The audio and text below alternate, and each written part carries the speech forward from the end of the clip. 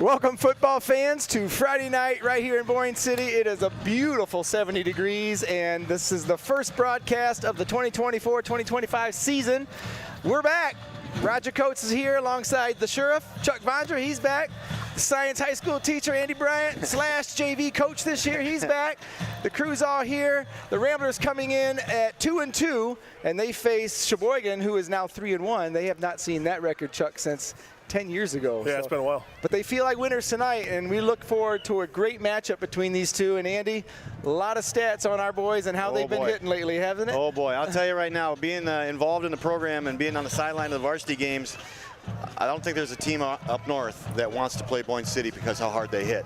The game last week against Kingsley, defending state champions, we lost by 6 points, and many Kingsley people came to me afterwards and said, you guys have an amazing football team.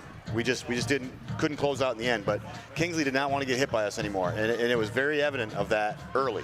I feel like we're going to see that same thing here with Cheboygan. They're going to get hit a few times and go, I don't want to get hit by that. They're going to be running scared and not going full speed kind of thing. You know what I'm saying? So well, that's a good rep to have when Cheboygan comes to town, because they look like Cheboygan of the 70s and 80s. They're big. They're always big. Always big, right? This is big. This is big, right? Look for number 62, Luke Munger. He is their everything. I watched some game film on this kid, and he's legit. So that's who I'm excited to watch tonight. He's a big boy. He's going to play guard for him. He's legit, but he's big. Yeah, and he can move. He can move. He's a three-sport athlete, and plays defensive end and guard, and it's going to be fun to watch him. And Chuck, we got one of those too, don't we? We got a big and someone who can hit and drive the run as far as he wants to take it. Every inch this kid fights for. You look at Ryan Spate, man. It's exciting to watch him, and there's there's colleges tuned in right now, and if they're not, they're crazy, because they should be looking at Ryan Spate right now. I know he went to Tech. I know he's been other places. Other places have called, but if you're a coach and you haven't had the opportunity to see this yet, you got to watch this kid. I've been telling his dad since 8th grade. Yep. I mean, I remember watching him out here 8th grade.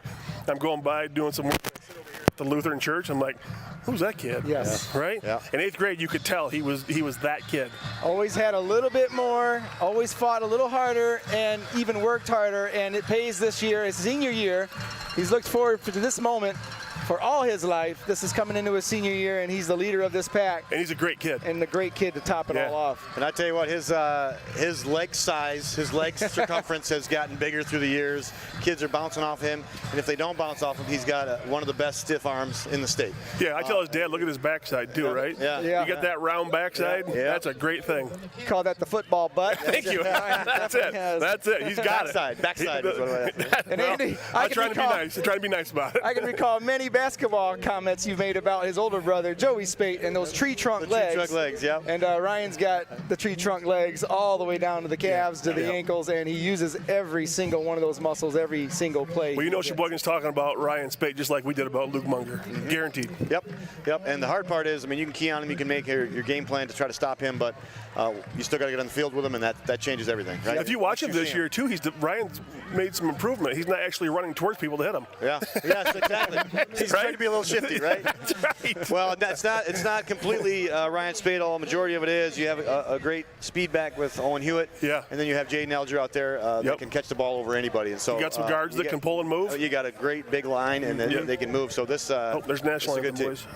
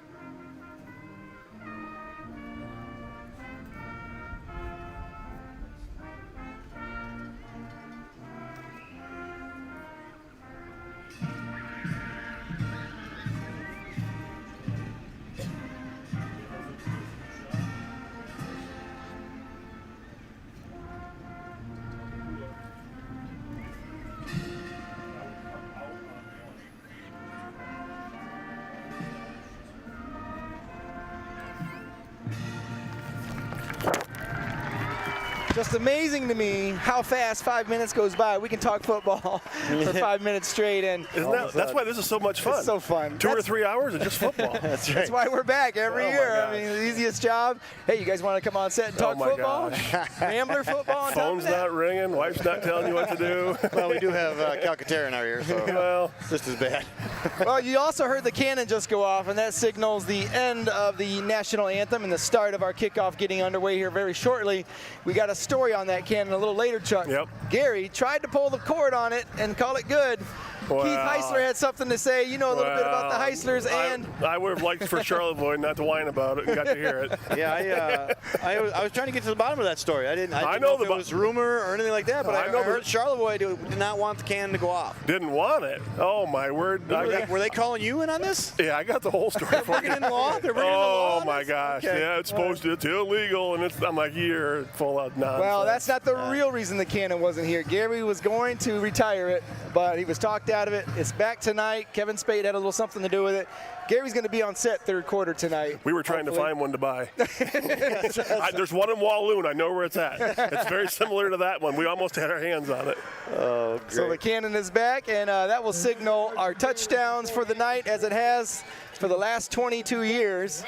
And it will also hopefully be shot quite a bit tonight as we get prepared for kickoff. We have Owen Hewitt in the back along with Jaden Alger set to receive. It's going to be a good game, boys.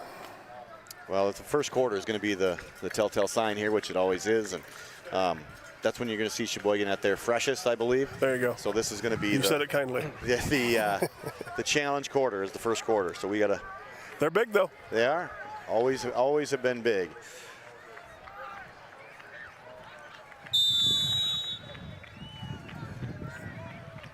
Kicked right to Ben Stonic's way. Gonna let Alger pick that one up. Go. We'll take it. Good return there by Alger, and you can already see number 62, Luke Munger. He's all over the place. Came down and blocked Owen Hewitt, took on Owen Hewitt, and got in on the tackle. So it's gonna be fun to watch this kid. Well, maybe Ryan, He ran down the field with confidence. Yeah. he did, yeah, for sure. He can move. Yep. And now he's going to sit over there and play some defense on the end there. You'll see him. Both the defensive ends are pretty stout. See Brady Snyder set wide here to the short side of the screen. We'll give him a little taste of Zach Herrick over here and see what he thinks.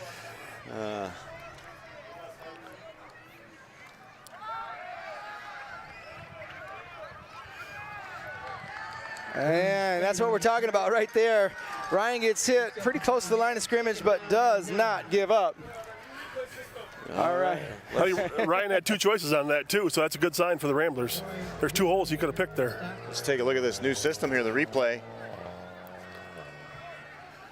You can see he tried to bounce that out. Yeah, I see that too. And they had both of them. Yep. He had two choices on that, which is nice for the Ramblers. You watch Cheboygan, they'll try to stunt here and do a little shift every once in a while, and if you catch them, here's Hewitt. Here's our shifty speedster. There's the speed to the outside. Good take on by Cheboygan. Nice job on the contain. Yeah, give props to Jeremiah Huntley, the junior from Cheboygan. Read that pretty well, kept him parallel to the line. Yeah, that's the key right there. Got to turn that sucker up. Stick that foot in the ground and get north. Replay again here by Braden Noble. She's inside the trailer running the new replay system. Which Braden? Braden is? Braden Noble in there running it. You got Does the new system have more buttons and stuff? Is this looking pretty good? We're going to have to push Braden's button here in a minute. Well, third down here for the Ramblers. Looking to throw, and that one incomplete to over the middle to Jaden Alger. That's where I would have gone, but hit him in the hands a little behind. Just a little too high, and Ramblers are forced to punt here. Yeah, Jaden catches that ball 9 out of 10 times, makes a play on it, but that one just a little behind him. Drew getting those first play jitters out. And then Ryan runs, he kicks, and sometimes punts. Looks like Jaden Alger set to punt tonight, though. Tackle. Alger's going to have a booming punt right here. Timeout, Cheboygan. Yeah, we want to address a technical issue here at the field. It's been Yeah, it's been a couple weeks now. Our scoreboard here at Earl Brotherson Field does not have the down marker or the to-go yards or what yard mark the ball is on. So we're strictly relying on the down markers by the chain gang over there, as we have been for most of the home games this year, including JVs and even Pop Warner. We've just been running with the score and the time. And yeah, you got to pay attention to the chains now. You got to pay attention to the chains. Those chain gang guys are working hard. You got to pay attention to them. We'll try to mention it. We got a pretty good eye here. Yeah, and it was great. Calc told us to circle it on the screen. It's not there. And we couldn't see it. It's not there. It's hard to circle. It's not there. But our screen scoreboard working just fine. Braden, if you can make that work, we'd appreciate that. Braden Noble. More buttons for Braden. Yeah, get that in there for us. 7. That's Natalie Grabowski in there running the scoreboard on the screen there. Softball player, Natalie. Yep. She's keeping up with it. 4th and 7. She's a player. It's probably more like 4th and 9, Nat, but we'll let it go because Cheboygan's going to get that ball. Nah, it's next. 4th and 9. Oh, that one didn't come off his foot too well. Oh, bounces in. Good bounce. And a nice roll. Well, we get a look here at the Rambler defense and what I'm talking about. We'll be able to feel it and hear it over here, how hard these guys hit. And we'll see if Cheboygan can feel good about that coming through the line. But we've talked all football so far, guys, but did you also know it was homecoming night, too? It is homecoming. It's homecoming, that's right. So teacher's favorite day. Teachers are dressed up a little bit. I tell you what, coaches, teachers. We were in Cheboygan last night till about 11:30. So, man, we were very happy today was activity day. It was good. And we have a new sideline reporter this year, Reese By. He's standing by. Oh, and this is perfect, yeah. Yeah, Reese By standing by is his new name. Reese standing by with, looks like Cameron Rakovich. We'll get you a sideline report here on homecoming festivities. All right, we're going to send it right over to you, Reese. Cameron Rakovich. Cameron, how are you doing today? I'm doing great. How you doing? I'm doing very good. How was Spirit Week, Activity Day, all of it? Spirit Week, Activity Day was all a blast. I had a great time. Seniors won, so you can't ask for much more. Yeah, you can't complain. What are your predictions for the game? Boyne City win, 38-7. All right, sounds like a good score. Sending it back to you, Mr. Bryant. All right, Reese, thank you very much. This is awesome. Those guys look very dapper, don't they? They're all ready to walk out at halftime, both those guys on court. And guess what, Guy? A first on RSN. The first sideline report worked. Yeah, the volume worked and everything. There's a good play up the middle for Cheboygan. And all over it is Ben Stonick, number 8, another hard hitter on the Rambler defense. Right behind 62. Right behind 62, yep. So I want you guys at home, if you can.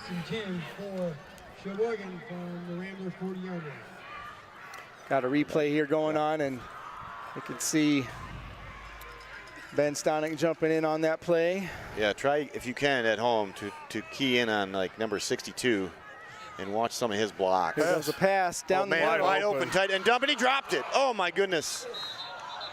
Are they going to call that a fumble or an incomplete pass? They're calling it incomplete, so. I was wondering the same thing, Andy. That was just that waggle.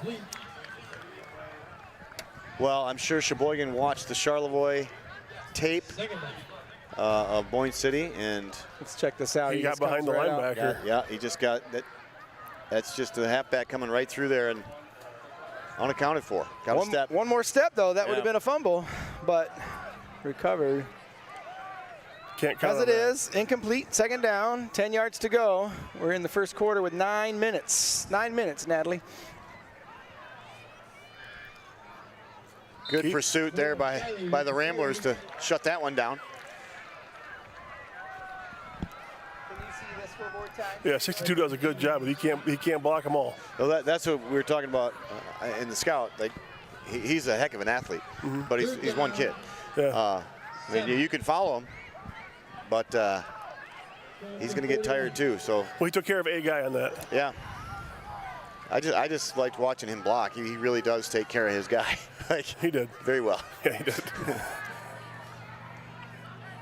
I think they're going to test the pass again here. 3rd and about 7. Keep. They're going to dive that right up the middle. That didn't work. No. Try to spread us out. And I thought sure he was going to do a keep draw or something, you know, by the way it looked. Well, 4th down now for the Chiefs. Looks like they're going to a punt, but Can never be too sure. The ball's on about our 45-yard line. Yeah, someone else to watch for on our defense, guys. Number 6, Hiker McKenney. He's playing linebacker alongside Ryan Spate. Well, you talk about a kid that worked his tail off. Yes, Hiker he McKenney. has. Ryan Only a gets a sophomore. lot of kudos. He's the senior, he's the leader, but Hiker is the player to watch as a sophomore coming up. He worked his tail off.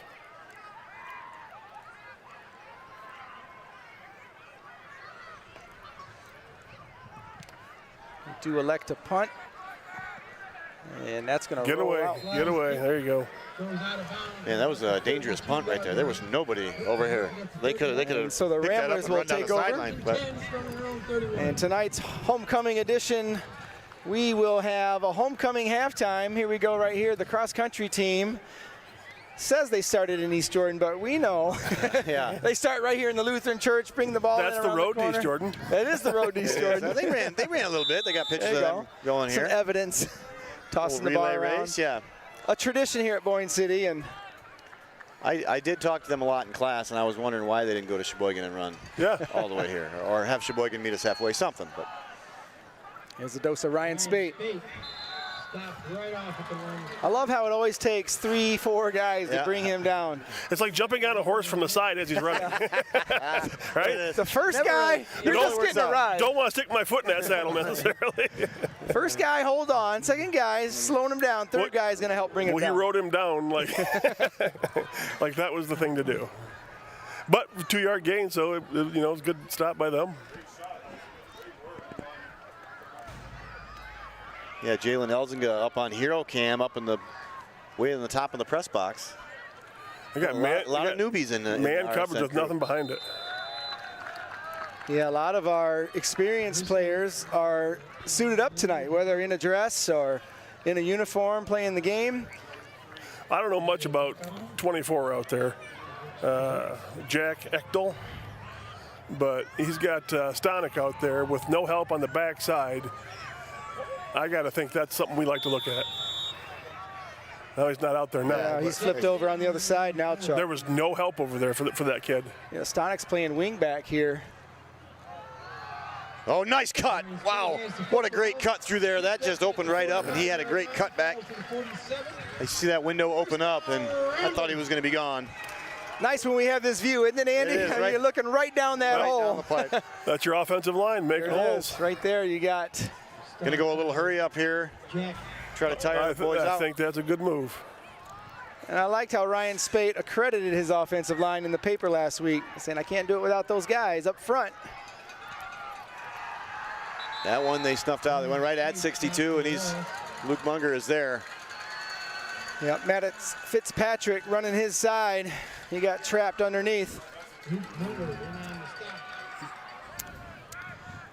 can see Watch, Ryan yeah. gets taken out. Yeah. Loss. Second down and Brings up second. A loss of 1 makes it 11 for the Ramblers. spotted That's a loss of 3. inside the 45-yard line. Rusty Bennett. Hey, Rusty was on the sideline forever, for years and years and years and years. Nice tuning in, Rusty. Oh, great job. There's a beautiful Good pass. to the There Alger. it is. It's wide open. You can take Alger's it to the gonna go to the house. That's touchdown. Touchdown, Jaden Alger. That's it. They're playing that single man coverage. I don't know how. I mean, they're loading the box. I mean, obviously they're worried about Ryan Spate because worried. that box is really loaded. Yep. But 3 plays ago, we talked about they got single coverage on some pretty good athletes out there. I was talking to you earlier, Chuck, about the JV game last night. We did the same thing. Tried to go toe-to-toe with these guys packing the box. Did not go well the first series. Second series, we just started throwing all over them. You spread these big guys out, Yep. and it's a different ball game. And that's utilizing the weapons we have, guys. I mean, you want to use Ryan Spate up the middle, use them if you got it, use it. But when they pack the box like that, you got weapons on the outside too. The first run play, Ryan went for 2 yards, hard to, but he went for 2. Second half, I'd like to see us widen out our gaps a little bit, our stance. See how bad they want to run that way.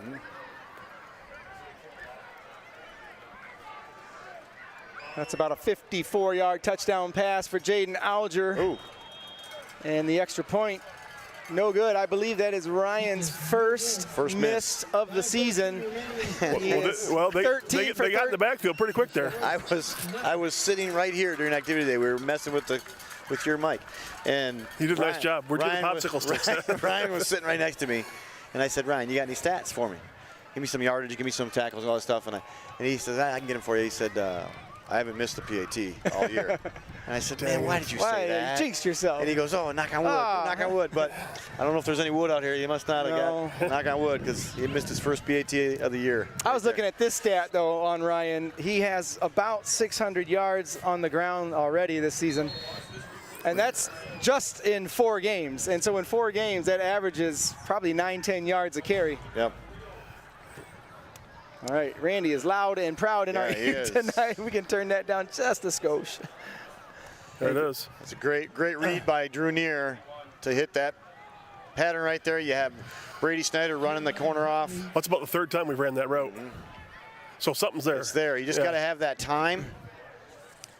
Great job. And hey, when Alger gets the ball, his yards after catch are, through the roof. He's tough to bring down. That was about 45 yards after catch. Yep. He's hard to tackle, especially when you're chasing him from 10 yards behind him,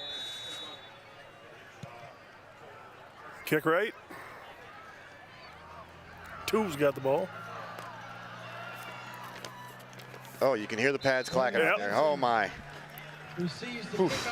Evan Benson. He picked up maybe 5 on that. There's another tradition for homecoming, guys, I want to bring up. It was pretty special, especially for the kindergartners. Their first time coming out, joining the festivities. They came out to the football field earlier today. All the seniors at the 50-yard line, and the kindergartners meet the seniors as they pass the Rambler Pride over to the kindergartners. And they had a special moment, giving them candy bars and just a little chat with them. But getting little Ramblers ready, huh? Little Rambler ready. I like it. Get the Rambler Rowdies ready for the future.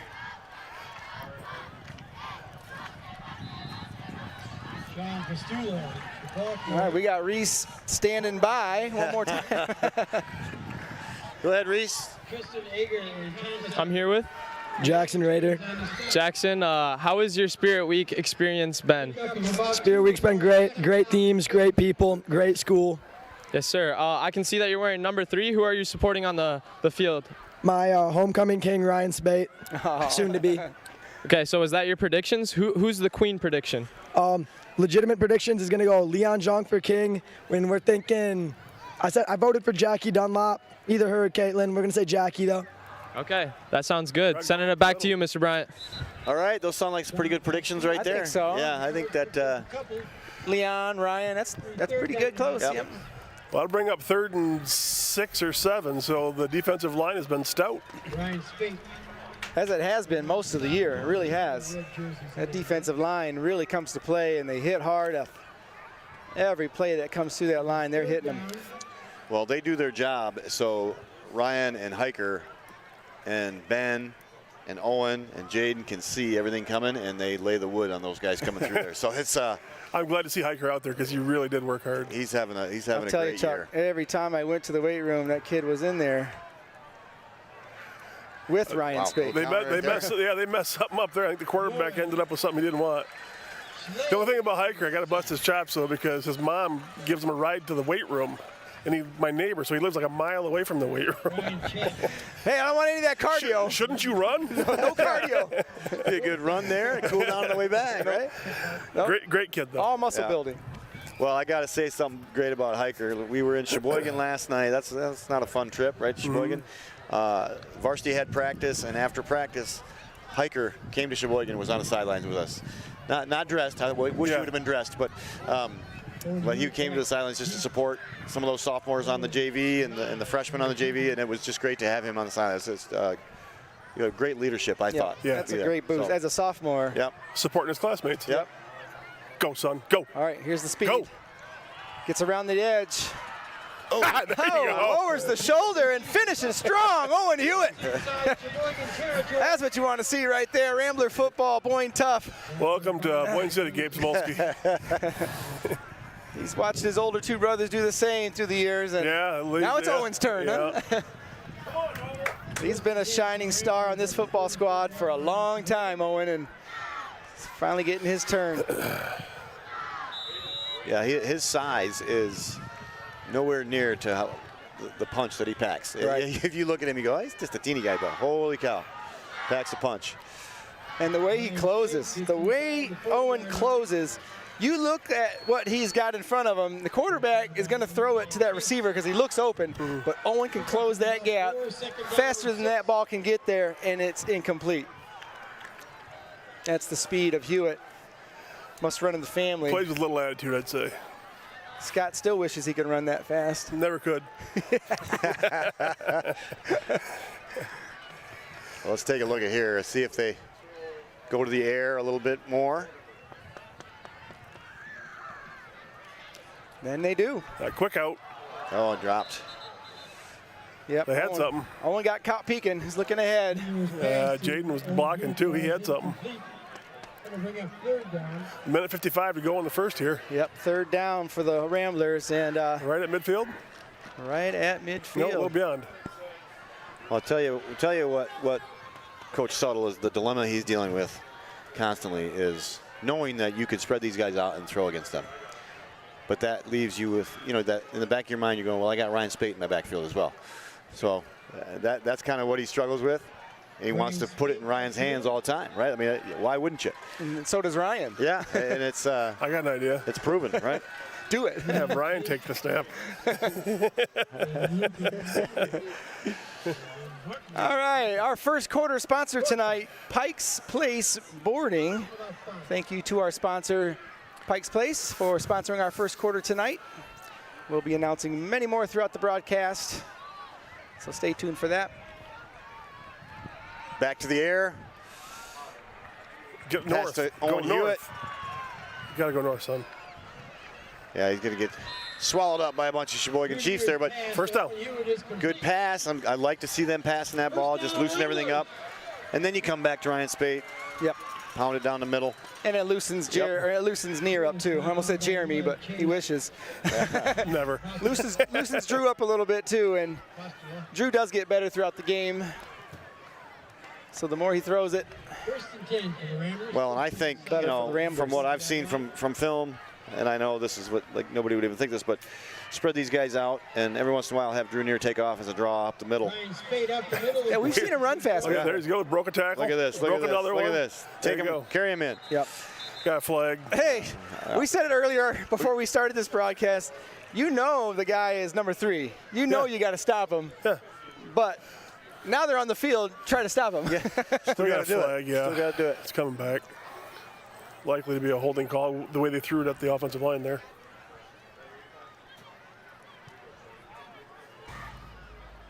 Chop block against the Ramblers. Yeah, it's not going to. It's behind us here. Chop block from the Ramblers. But you can just see right here, at least the power. Look at the hips on Ryan Spate. Just sheds Braden. And number 21 for Cheboygan, Sean Pastula is no small guy either. And to shed that tackle The Ramblers says a have lot about the 1st and power 20. of Ryan Yeah, Spate's legs. that'll in there. bring up like a 1st and 20. Oh, at least. Might be 25.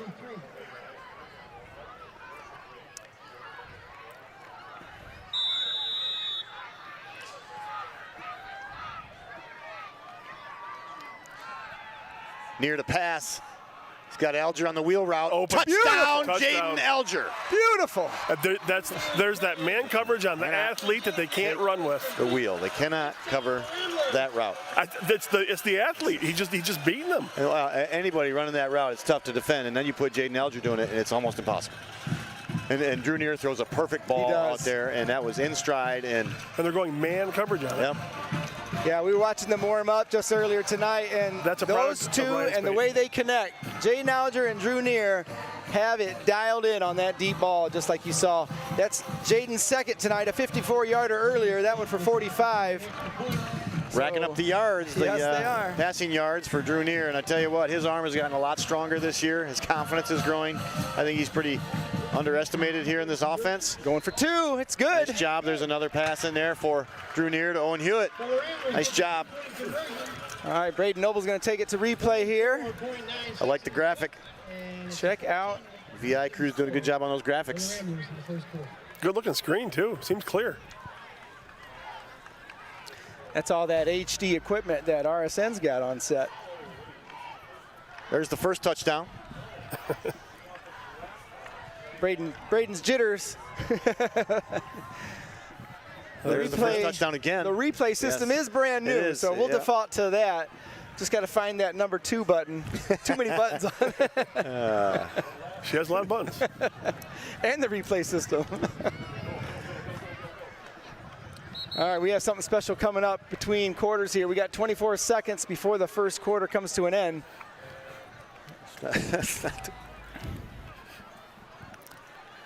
That's the end of the, here's the celebration. He scored? Yeah. Scored again? There's the second. Okay. Still celebrating. Yeah. Why not?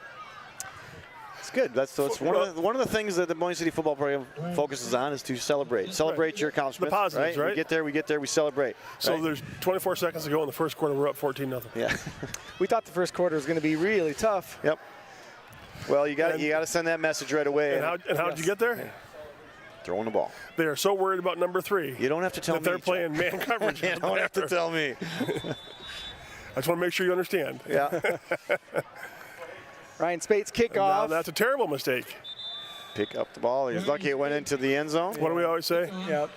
Catch the ball in the air. Yeah. 24 seconds remaining in the first quarter. Catch the ball in the air. Well, at least that stops the clock.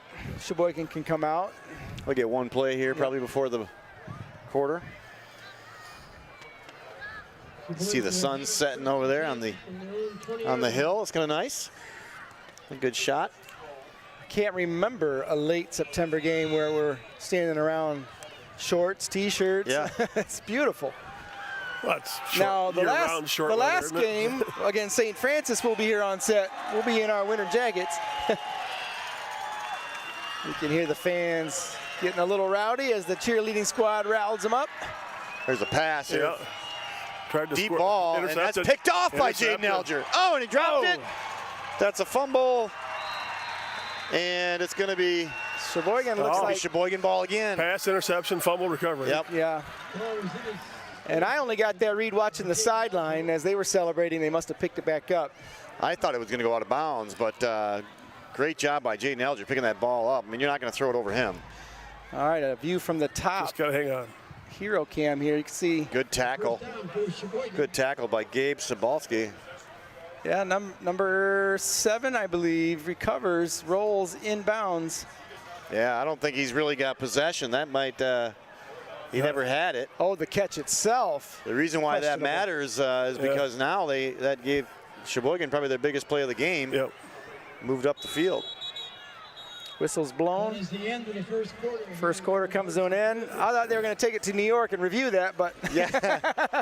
Could look at the side of the track, right? Thanks for tuning in to RSN. We're going to take you out to a commercial break. We will be right back for second quarter action right after this.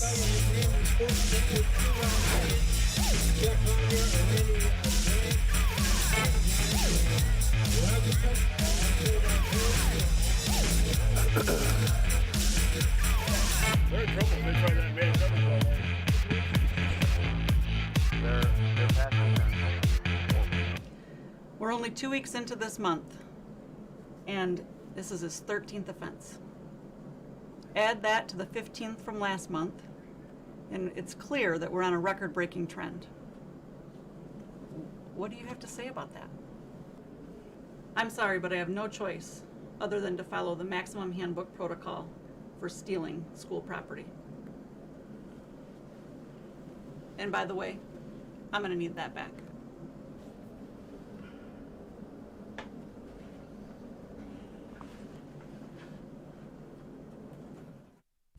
So, I got my start in officiating when a friend told me I should try it. At first, I just did basketball, and I got hooked.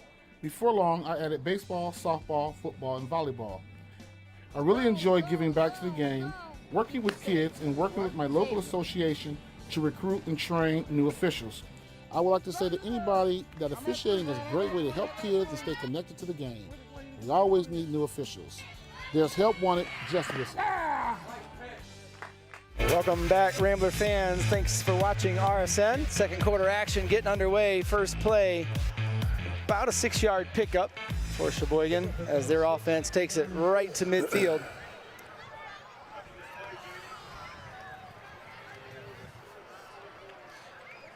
I like this now, this angle now, where we are in the end zone, I can see that Cheboygan line blocking in 62. Kind of fun to watch him block. Again, the yo-yo. That's going to be a legal procedure. Legal procedure. All right, we're going to take it out to Reese, who is standing by with another homecoming report. Hi, I'm here with Adonai Patton. Addie. How's it going tonight? Pretty good. I'm really nervous. Nervous, okay. I can see you're wearing a nice dress. Do you have any inspiration behind this? I really wanted a red dress, but none were in my size, and the court decided to go sparkly, so. Well, I like it. You have any predictions for the homecoming king, queen?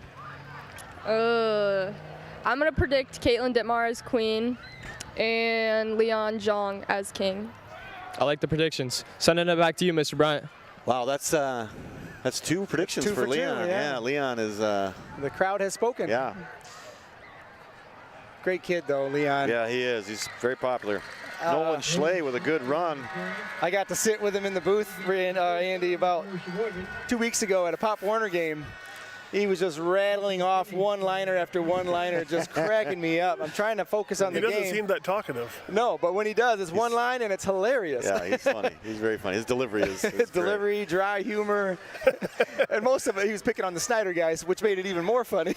Yeah, that's easy targets, but that's okay. Yeah.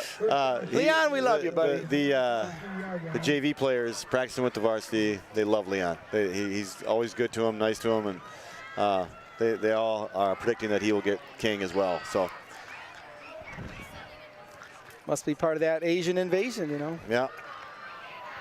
I told Leon that since he was in my class in 4th grade. Yeah. Part of the Asian invasion, Leon. Taking a Look at this, Corbin Smith tweeting in all the way from Maui, Hawaii. What in Corby's the world? in Maui? That's not fair. We want to know what he's doing in Maui. Yeah, we need another tweet. Yeah, from we need Corbin. some context there. Where in the world? Maybe it's a Michigan State outreach program where they're in Maui. I apologize. I don't know who 53 for us is. That would be Leon. Yep. Oh, isn't he 11? Leon is 11, yes. Oh, Leon is 11. Who is it? No, 53 is not on the roster. Maybe he... We bring in a ringer? No. I'll tell you here in a second. And good coverage on that. Is that Riley? That looks like Logan Riley. Logan Riley. Yeah. Logan Riley, 53. He's played well. I've watched him a few times here. He's played well. Must have forgot his jersey. He's normally 57. They're using him in short bursts just because of the knees, and you know he was out for a long time and his foot and injury. You know he's looked good here. He's a beast, but he's over top of you got to keep the big guy. You got to keep him healthy, and he gets tired, right? He didn't start the season with the varsity, so he just needs to get in shape. Look at this, Ryan is. There's that dive, and they're going to stuff that real quick. Don Pastulo with the carry. Stop. I thought Ryan was blitzing on that one right in that gap, but he was patient. So Hiker McKinney comes up with the ball. Cheboygan has been eating the clock up. The official has got his hand in the air for the 5 count almost at every snap now. They're really chewing this clock. I don't know if you know why. Well, I think I know why. I think. Audience, we'll let you read between the lines. Yeah. When you want the clock's time to go away, there's usually a reason. Well, I mean, I don't know if they're trying to dial up something over here to figure out what to do, or if they're gathering their breath. I think they're just trying to keep it out of Boyne City's hands. Okay. They're just trying to slow it so the offense is on the field. Time of possession game. Yep. Time of possession is. We got a single receiver out to the left. Everything's inside the box, so the wings on the outside. Motion. Coming back. Yeah, come back on a counter. Not going to work. Nice job. Outside contain. Ben Stonick not having anything to do with that. That was Ryan Chap on that tackle. Another great player. 4th down. Another great player. Watch Ryan Chap through the night. He plays hard too.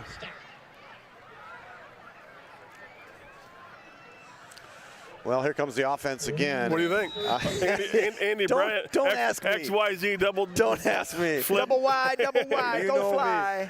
We spread these babies out. We'd be throwing the ball. Well, they listened to you. Yeah. Look at wide. Oh, no, they didn't. Sorry. I want to see Colton Snyder. Or Brady. That'd be Brady, 83. calling his guy in. Come on. We need one more guy on the field. Ben Stonick was supposed to be out there. A little personnel change right now. They're going to have to burn a timeout and get this figured out. So, good heads up, Brady. We're going to take it out to commercial right now. We'll be right back for more second quarter action. There's just one place where students are students first, and athletics are played with purpose and perspective. That place is your local high school. High school sports offer more than the joy of competition. Studies show that student athletes are also likely to enjoy greater levels of achievement in other areas of their lives, including academics. High school sports, a winning part of a complete education.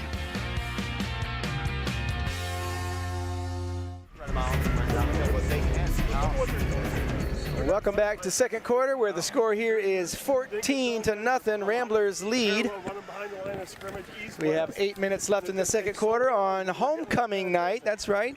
At halftime, you'll hear Tom Clemens. We're going to bump it out to him on the broadcast, and Tom will be introducing all of the King and Queen candidates tonight, alongside all the teachers that they are representing, and their parents will join them. And tonight, you will hear your Queen candidate be announced. And Andy, do they still do the King tomorrow night at the dance? I don't know. I think they might. They did it here last year. They're doing both. They're doing both tonight. I think they changed that. Yeah. Okay. Yeah. Here's a pass by Drew Neer again, Right down the down, middle to Ben open. Stonick. Down. Yeah. Great catch by Ben Stonick. Jumps up and gets that. First down, Ramblers. Love the way he attacks that in the air. That split out there, and you have nobody in the middle of the field. You got to throw that quick, because that safety's going to come over once that ball's in the air. But good job by Ben Stonick getting that ball and getting his ribs protected. I guess I don't understand. You know, their offense has gone east-west, trying this long, drawn-out stuff instead of running that power that they're known for. Drew's racking up the stats himself tonight. Here's Owen Hewitt. He's going to foot race out to the outside. Good stiff arm. There's your east-west guy right there, Chuck. There you go. Inside the 30-yard line. First down. Owen Hewitt. Great run by Owen Hewitt. That's just speed right there. Just speed. Well, 62 tried, but he didn't have a chance. That's thunder and lightning right there with Ryan Spate and Owen Hewitt. And once you think you can pack the box, now you got to another first down. Get on roller skates and get out to the sideline and try to catch him. Chuck, it's kind of like what the Lions have this year. What is that? What is that, Roger? Montgomery the Thunder, Gibbs the Lightning. Packers do not stand a chance. Is that right? Oh, I love when you talk this way. I love when you talk this way. I'm not going to say anything this year. I'm not. I'm going to take the high road. I'll take it for us. I'm just going to let the Lions. Really? I don't get many years to talk like this, Chuck, so I'm going to take it while I can take it. You've had plenty of years. Look at the hill. Yeah. I remember those. The hill. That's the thing. There it is still. Yeah, it's right there. All the little guys over there. The attraction. And I don't know how many years we've probably all said it for our athletes to stay off the hill. Never works. You have a game tomorrow. Hey. Yeah. Listen, it's another tradition. It is. I have 2 fourth graders come in this year new, and I asked them after the first home game, did you guys find the hill? Their eyes lit up. Yeah, we like the hill. Well, we trimmed the pines for some reason so we could see through that. That's right. That's the middle school action. Oh, my goodness. I was talking elementary. They like the hill. Yeah. Middle schoolers like the trees. Right. There's Owen Hewitt again. That's He's good defensive play. Tackled for a loss. 65 Munger. Yeah. There he is. Boy, He broke through. That's what you expect to see out of that kid. By Luke Munger. Hey, he's going to get his plays tonight. No doubt about it. There's one of them right there, lost in the back. He chased that down from the backside. And who was that? Kid. Hewitt? He chased down Hewitt? Was it? Yeah, he did. That's pretty good. I think Hewitt had his eyes out on the outside and didn't realize that Munger was bringing the heat from behind. Nope, got him that time. That's going to be offside. Hard count, Drew Neer. Way to go. Drew him off. Oh, that's going to be. Sure, it's not on us. That's on us. Maddox. Right tackle? Yeah. Or the tight end or tackle, one or the other. Tight end. He's playing tight end right now. And, he's got Munger across from him, so he's got a job. Be ready. And the clock winds up. 6 minutes, 33 seconds on our clock.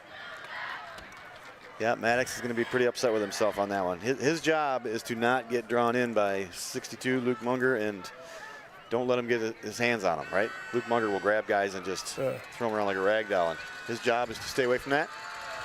We got Zach Herrick over on him now this time, double teaming. Good. That's a good matchup. He chipped. There we He go. chipped him. Jaden again. Oh, it's interference. That's pass interference. We saw it. No call. Oh, all day. Yeah, that was clear, but I'm sorry, that was obvious. Well, I'll tell you what, they both had a little push off either way, and I right in front of us. This guy was reaching. Here we go. Replay. Look at this replay.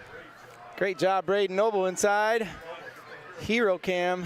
Lost Jaden. He's too fast. He's too fast for him. Yep. This official was reaching, but he didn't grab. No. Okay. Well, that is there, obviously. You're right, though, Andy. I did see. Well, 62. Jaden had his hands out, too. Look how wide out 62 is. Now they got him chipping on Elger. Yeah. Yep. It's okay. We'll just run across his face. Alger's open. Get in the end zone. Oh, it's And look at it. Drew, the time Drew has. And that time expired. Yep. Another flag on the play. It's probably going to be. Probably holding. That's what I would guess. Much time that he had. Once he scrambles and takes that much time. Do you find it interesting that they got 62 out there chipping? Jaden Alger. Yeah. Yeah. How wide will he go? Let's find out. Well, that's the thing. Well, then keep pushing it.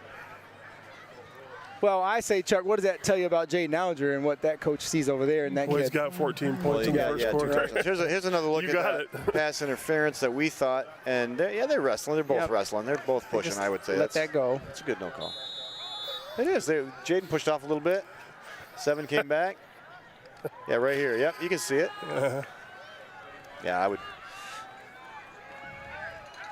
It's all right. They're going to get another chance right here.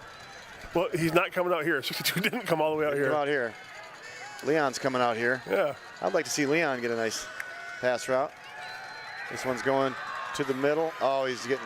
Tuck it. Tuck it. Yep. That's going to be a horse flag. Yeah, that's going to be a flag. That's on Munger. Kid's big. I told you, he gets a hold of kids and like ragdolls. So. 62. We're going to wait and see what the huddle is in the ref huddle as they discuss this one, but it looks like right here, you can see on the replay, grabbed him right around the top of the shoulder pads and brought him down. I think you're right, Andy, horse collar. Yeah, that's not. It's just unnecessary roughness. I think either one, you're going to get a 15-yarder, I think. But hey, kudos to Drew. I mean, he wasn't giving up on that play. He was trying to scramble and make something happen, but realized what he really had to do at the end was just tuck, go down. Yeah, they got a horse collar is what it was, Raj. Yep, we're marching down this way. Yeah, I said that earlier. You guys kind of didn't pay attention to that because Drew Neer Are you used to that? Not known for being fast, but He told me he was, though. if he spreads that defense out and runs those guys off, that you know what? draw up the middle is open. And if he made the decision early, he would have probably having the confidence, like you feel like you're fast, is important. Makes you think. Because he scored. He ran one on Charlevoix. And he did the draw on Charlevoix. He's not a small quarterback. He's a big quarterback that you can run. I would take the size over the speed. Here's Owen Hewitt. Here's the runner. Beautiful. Nice cut. Get your head down, son. Owen Hewitt gets the handoff and gets the first down. First down for the Ramblers. First down, though. Yeah, these guys are big. They flow well. Coming our way. We just want to remind our audience out there, we do have Facebook Messenger. You can message us and get that on air, or you can tweet in on X, I guess, is the new platform. So you can send in messages either way. First and goal here for the Ramblers. This is a heavy dose of. Well, 62's not been in the game for 3 plays. True high snap, looks down this way, a pass.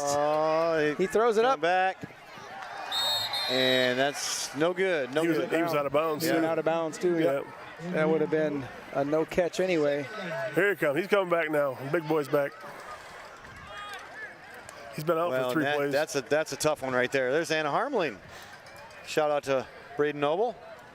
She is doing an amazing job on replay. Anna Harmling was pretty good at this in her own right. Yeah, she was a big reason we got this replay system because Randy went down and met with her and what she's doing and had a big part in. And Megan and and Jill Solomon all had a little say on what kind of replay system we should get. And here comes Ryan Spate. Beautiful hole. Beautiful. It is replay. God, that was amazing. That just Red Sea parted right there, didn't it? Well, the big boy went contain instead of attack. Yeah. Paid the price. Hey, you can't be everywhere, right? And when you got this many weapons, we have not seen Ryan touch the ball in a couple plays, and there, it made a difference. Oh, sorry, we got so excited here. That came right at us, and the hole opened up right in front of us. That's just fun to watch. That's great football right there. And they ran right at 6-2. Yep. And I think Ryan gave Chuck a little eye contact. That's for you, Chuck. Thanks for talking me up on RSN. Get those scouts in here tomorrow. We're talking a lot about 62. That's because it's out of respect. He's a great football player. He is a great athlete. Great athlete. Well, so is 21, that linebacker. He's been playing well, too, right behind 62. Ryan beat both of them to the goal line. Here's another two-point conversion. Oh. Yeah, it is. They got a flag. Slant by Owen Hewitt, and there is a flag. I'm guessing this is... Thought he was bumped a little early. Interference? Saying it is against the offense. Pass interference on the... Here's our Look at this replay. hole open up. Man, that is beautiful. Oh, run that back again. Yeah, do that again. Roll it back. Because we're going to watch this guy right here. Oh. Braden, can you do that backwards? Yeah, again? there it goes. There she's rolling it back. Replay backwards. Come back, come back, come back, come back. See, watch him. He goes out here. This is just good old-fashioned 26 down right now. Right. And he Look at gets that guard look at pulling this. out See this there. guy right there. There you go. Yeah, Ager shedding him away. Yeah, that's good football. That's Tristan Ager out there. Yeah, it was great pull. He chipped him right out of there, and that was the touchdown right there. That's it. Got in his body. Big old 6'2", keeps those arms out. He doesn't let get people in his body. Well, they declined the penalty, and score is 20-0 now. Ramblers score again. Cheboygan yet to score tonight. Yeah. They've had a couple first downs, Andy, but nothing too deep into Rambler territory so far. Well, this is kind of how we're predicting this to go.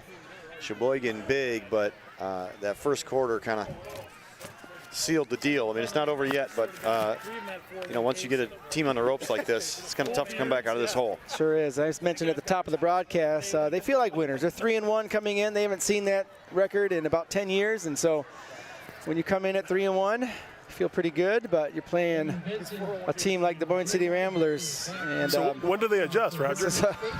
I mean, at some point. I agree with you, Chuck. I think if running the ball is their bread and butter, then use this game to do just that. Run the ball. Well, they got the horses up front to do it. Oh, no. Benson picks that one up. He's got a little room. They're closed quick. Turned a big mistake into something there. That was a good job, Benson. Ryan Chapp. Devin Hayden. Hey, all right, buddy. Still down at Saginaw Valley, I think. Finishing up a teaching degree, I believe. Devin Can you do it or no? said he can't get enough of listening to Chuck Vondra, so he wants to tune in. I don't think that was ever the case. Heck of a baseball player. I think he mutes it when you talk, doesn't he? It could be. Yeah, we talk about the speed of Owen Hewitt. Devin had that same quality too. Yes, very much so. Very shifty. Fast. Low to the ground, but super quick. Since birth. Since birth. Most of those Haydens, huh? Yep. Schley throw that one out pass. there. And, ooh. You can't slow Ben Stonick down for too long.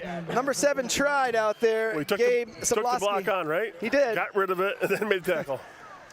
Ben's just too strong. Ben has just matured so much at that cornerback position. You guys did not see the Kingsley game, or if you did watch Kingsley game, they ran a tight end dump, and saw he smacked that kid, chopped that kid down, and we laughed on the sidelines going, that kid probably went back to the huddle and said, don't call tight end dump anymore, please, yes. right? Just exposed his ribs, and I didn't see that, Andy, Ben was but right there, just, oh. But Proud Mama the next day showed me all the plays. It was one of those you can't blame her. momentum things, I'd where be they proud just go, too. And a note, Ben is also a sophomore. Also a sophomore, yep. They're throwing the ball. Penalty on Cheboygan. Well, there's 3.5 minutes to go. They're down 20. I guess throwing the ball is probably the best option. Well, they were kind of predicting that Cheboygan might throw a little bit normal than Cheboygan teams normally do, right? That we know they just drive it off tackle, but I haven't seen a lot of it tonight. Maybe we'll see it here in the last 3 minutes and see if. And Andy, I haven't seen anything very deep either. Short pop passes, little screens out to the flat, but nothing very deep. This is why right here, because he's getting pressured, and there's one.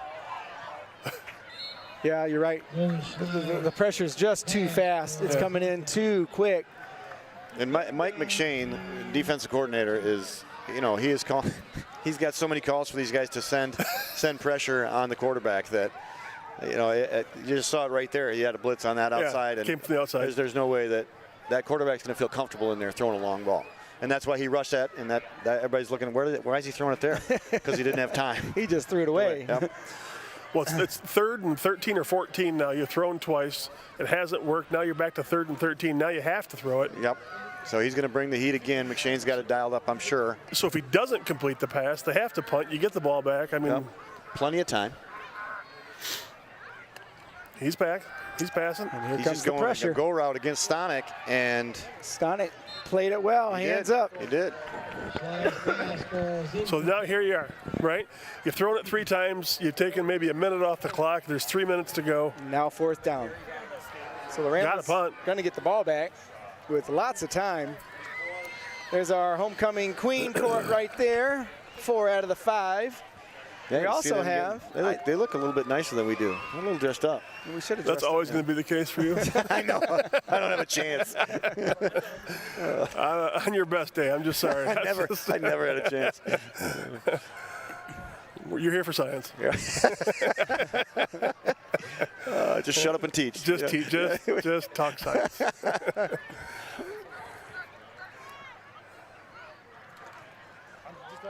Ooh. Catch it in the air. Nice punt. There you go. Oh, we'll take man, it. good tackle downfield. Owen fields it well, and Cheboygan tackled it well. With So 2:53 to go. Plenty of time. That's plenty of time for the Ramblers. And here's another Ben Stonick fan right here. His Aunt Holly. Yeah, 8. Tuning in, watching. Well, he's giving you a reason to cheer tonight. For sure. And I'll tell you, sophomores on varsity, Hiker and Ben, those guys are 2 of the quietest, hardest working guys. They do their job. They do it well. They're taking up all the information that's being taught, and they are, there's a reason why those sophomores are starting on varsity. And imagine when they're seniors, great leadership by then. Already are. They already have it. Isn't that something?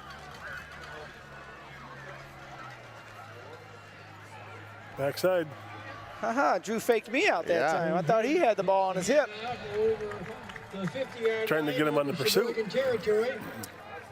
And the Friday night lights are on here in RSN. The lights are on with 2.5 minutes to go in the half of our homecoming festivities. I was talking with Mike McShane the other day, and the JV's got good numbers and looking pretty good. And he said, realize that Hiker McKinney and Ben Stonick should be on that JV in any other program. He said, imagine what your team would be like then. And we just kind of went, oh my gosh, didn't think about that, Option. Drew says, I'm taking it. See, he can run the ball. He can run the ball. It's inside the 45. I'm just saying. First down. There you go, Chuck. Yeah, you got the 4 you needed. That's good. You might great. You might remember that play last year where Drew ran probably 70 yards. He outran everybody last year. I forgot what game that was. Remember that, Andy? Yeah. Listen, he ran one against Charlevoix. And we were going, what? How is that possible? They were going to try to stop him, and he scored on him. That's just how it goes. Another warm weather message coming in from Frank Meunier. Which Frank? The one that's in There we go, down the middle, wide open. Oh, there's 2 of them there. 2 routes, they're drifting in. They got to throw that a little bit earlier. Had Ben Stonick down the middle, breaking. Got a route combo problem there. Needs to be a little separation. If he throws that sooner, that's a touchdown. Should have ran it. Or he could tuck it and run. I'd like to see that Quarterback draw. Yes. All you got to do is he's got to do it once. Then He already has. Then those yeah. linebackers. He already has. Just get the linebackers guessing. Absolutely. Oh, Drew with There the we hard go. count again. Nice job. Nice job on the hard count. That'll That get some time, yards. offense stays still and draws the defense.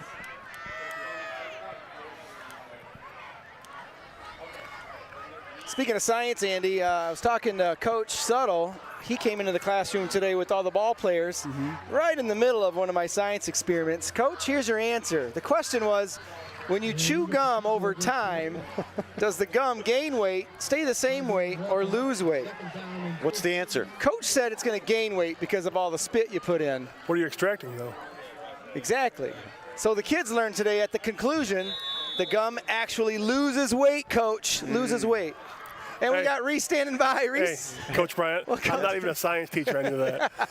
Well, I thought he was setting up like a punchline or something. No, that was for you. And you didn't. I'm sorry. That was it. Science question of the day. Oh, man. Great catch by Behind Alger. him, yeah. Down to 1:15 here. All right, maybe don't worry about the science. Oh, thank you. Well, I seriously thought it was a joke. I didn't know if he was. Well, someone put it on Andy. You don't want to put it on me? No, I don't want to be poked. All right, it's 3rd and 2. 3rd and 2. 55 seconds, clock running.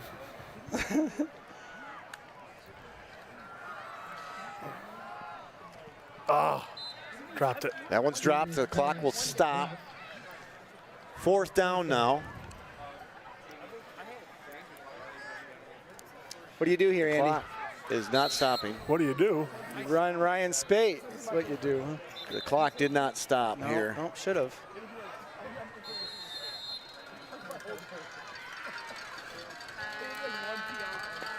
Okay, clock. What was it? It was, yeah. It was 55 to start the play. That's Ron and Probably about 35. B. Reinhardt up there. Ron and B been running that clock for a long time. They got it down.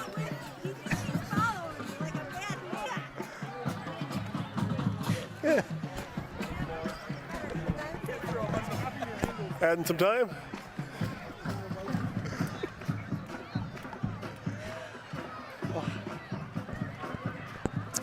Well, clock did stop at 30 seconds. Now what, Andy? I say you run a quick arrow, get out of bounds, and then take a few shots at the end zone. What's 4th? That's I mean, you get the quick arrow, get out of bounds, get the first down, and then you can take a few shots at the end zone. But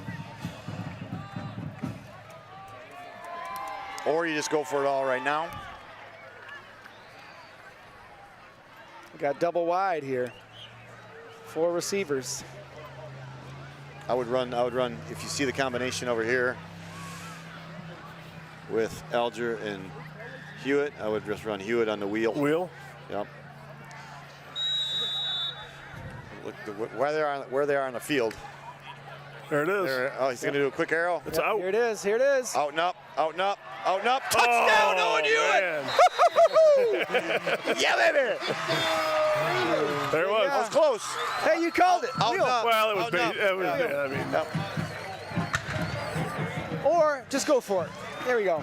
Well, you worry if you do something like that and he drops it. Now it's Cheboygan's ball. You lost your chance to score, but So now we go back to that 3 passes. You give us the ball back with 3 minutes to go. Getting away from the run game, aren't they, Chuck? That, I mean, I think they're getting out of their game plan, I would guess.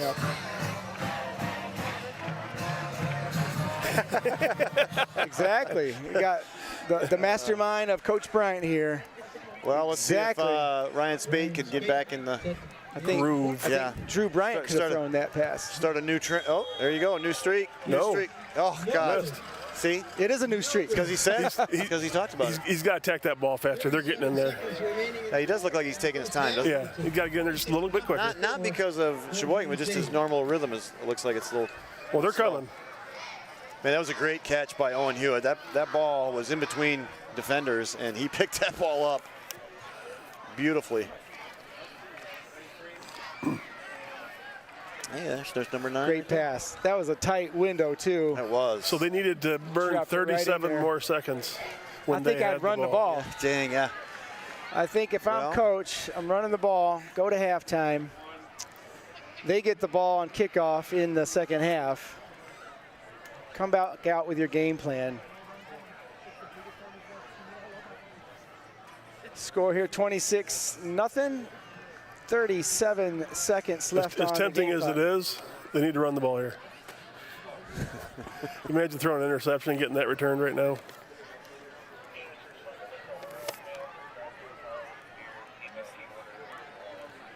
This is where you reach into the bag of tricks. No. You mean for us? Oh, for Cheboygan. Oh, dude, no. Make the bleeding stop. Well, Hiker decided he was going to get to that. You watch Owen Hewitt on there, the gunner coming down, and he just, you can hear those pads up in the stands. Yeah, I would guess they're just going to run this one, but over Chicago. I don't know. Bottom of the 5th inning.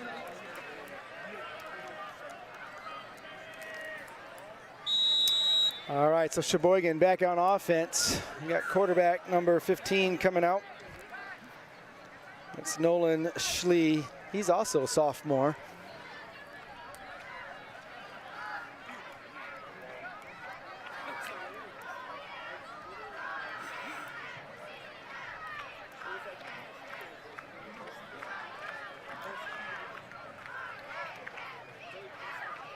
Going to 7 here.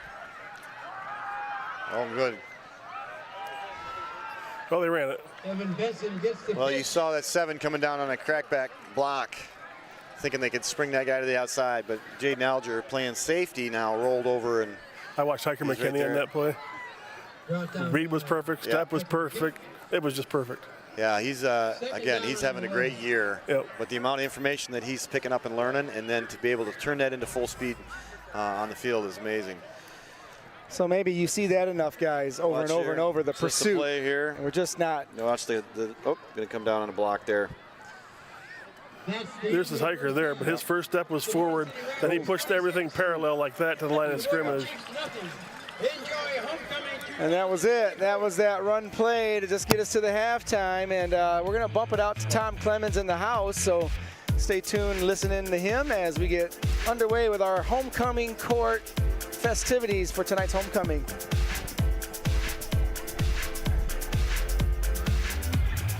I need to find Klooster to get a copy of his curriculum map. You seen it? Yeah, he's good at that stuff. Yeah, he keeps it on the Rubicon Atlas. Shaka Khan what? No, it's not Shaka Khan. It's the Rubicon Atlas. Isn't that a sandwich?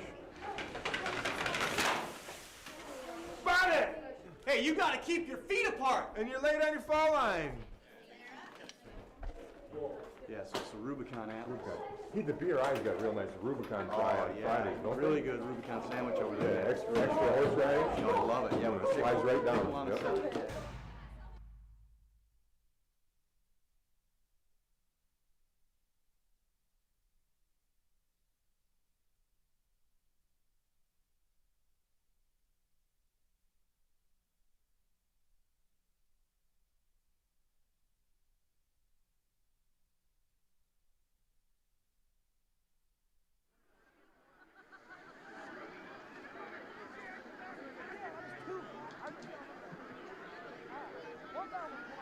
Hello?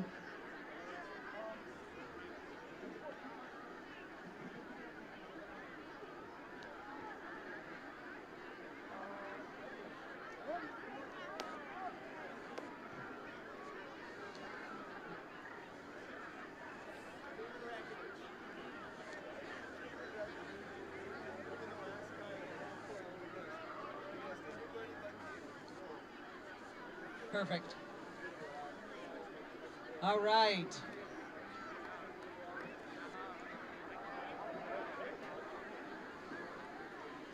Welcome, ladies and gentlemen, to Homecoming 2024. I want to first give a huge shout out to Randy Calcaterra and his RSN crew. We are fortunate to have an amazing group of people to bring live coverage to games and to the homecoming ceremony. I'd like to extend a special welcome to all the Boyne City High School alumni that are present tonight in the stands or tuned in and watching on RSN. Next, I would like to thank Boyne Avenue Greenhouse for donating all of the flowers for our King and Queen ceremony today. it is time to introduce our 10 court members. This is the 16th year where each of the candidates were asked to select an inspirational staff member from Boyne City Public Schools to escort them on the field. As they enter tonight from your right, they will be escorted by their honored staff person, and I will be telling you why they chose them. It is time to meet our court members. Our first court member is Queen candidate Ellie Wilcox.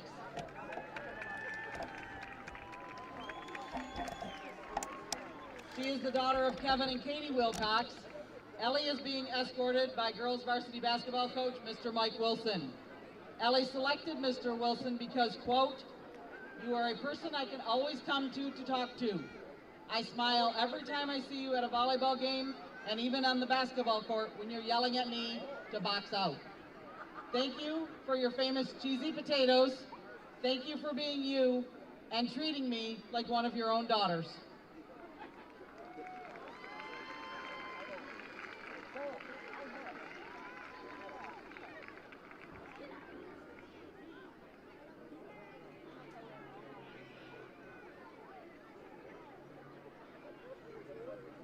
Our second court member is King candidate Ryan Spate.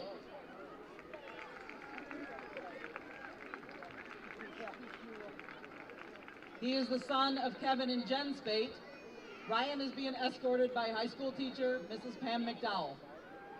Ryan selected Mrs. McDowell because, quote, "I love how we could always come into class and talk to you about sports. Thank you for all those early mornings, getting there at 7:30 for 2 straight years to help me get through all of your classes. You always made my day by being your happy, energetic self. Thank you."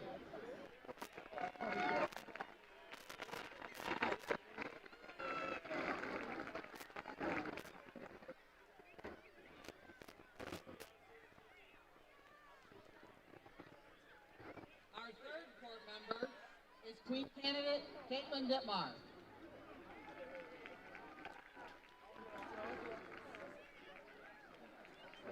She is the daughter of John and Julie Dittmar.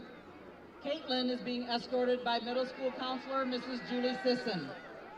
Caitlin selected Mrs. Sisson because, quote, "From the days in middle school, you have always offered me constant support. You have taught me how to be the best version of myself, whether it is on a sports team or life in general. I admire you for always having a smile and one of the kindest hearts.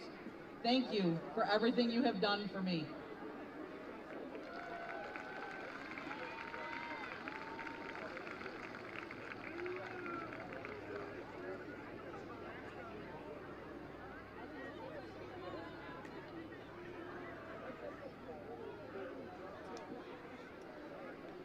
Our fourth court member is King candidate Cameron Rakovich.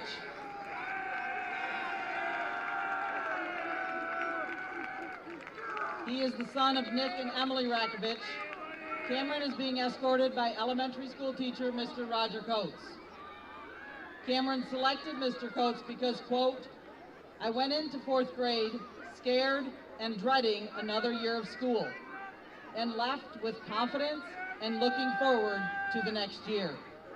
I, without a doubt, believe my academic path would not have been as successful had we not crossed paths. So thank you."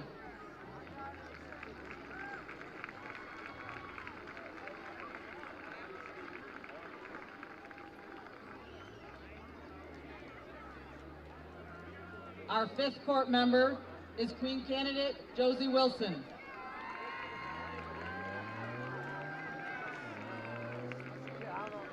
She is the daughter of Mike and Kelly Wilson. Josie is being escorted by high school teacher Mrs. Nicole Seymour. Josie selected Mrs. Seymour because, quote, "Freshman year through senior year, you have been such a positive influence in my life. You have such a positive attitude and have been a great teacher. Thank you for making me the best version of myself throughout my time at BCHS."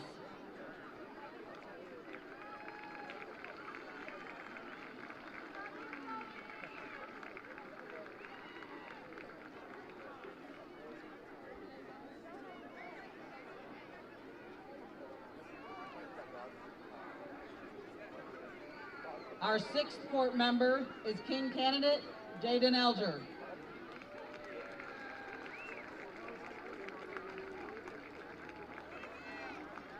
He is the son of Dean and Sharon Alger. Jaden is being escorted by high school teacher Mr. Andy Bryant. Jaden selected Mr. Bryant because, quote, of the memories, laughs, hard work, and for always cheering for me and my friends during sporting events. I always love to rewatch the RSN broadcast and listen to what you have to say. Thank you for being a great teacher and coach.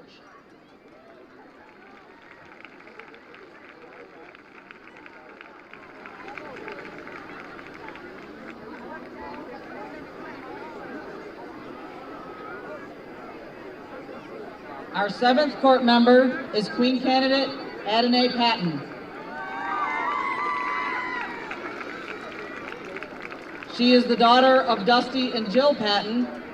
Adonai is being escorted by high school teacher Mrs. Lisa Escador.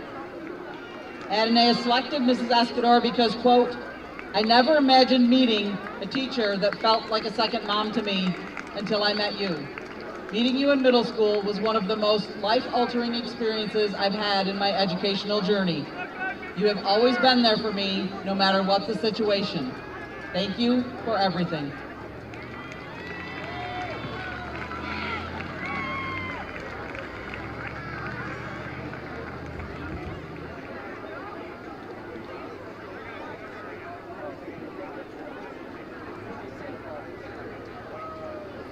Our 8th court member is King candidate Reese Bai.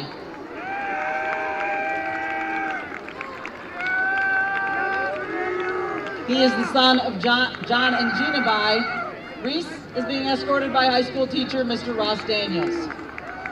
Reese selected Mr. Daniels because, quote, his passion and commitment for both soccer and his players is what I love most about him. He has a lot of grit and works hard to instill that quality in his players. It is a trait of his that inspires me and also one I strive to have. I continue to look up to him because of his positivity and encouragement that he shows every day.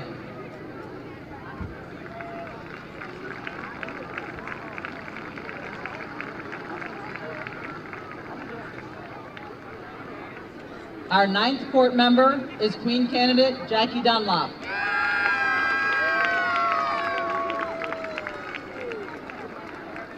She is the daughter of Eric and Karen Dunlop. Jackie is being escorted by high school teacher Mrs. Chelsea Herman. Jackie selected Mrs. Herman because, quote, you saw potential in me when I did not. You believed in me when I needed someone there to bring me up, and you have set high standards for me that I thought were not achievable. I achieved them with your support and confidence in me. Thank you for opening doors for me that I didn't know existed.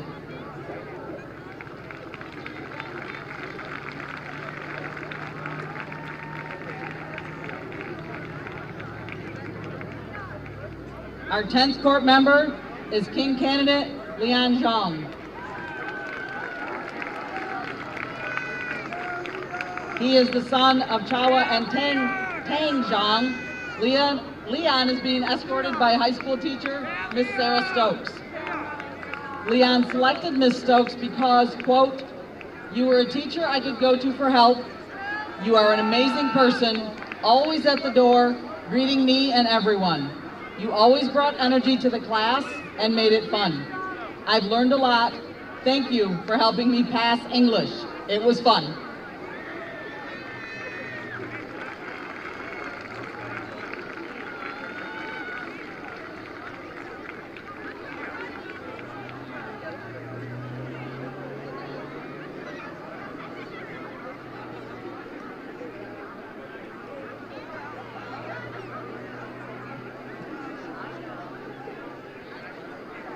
To the 10 honored staff standing on the track, thank you for making a difference in the education and lives of our homecoming court members and the entire student body here at Boyne City Public Schools.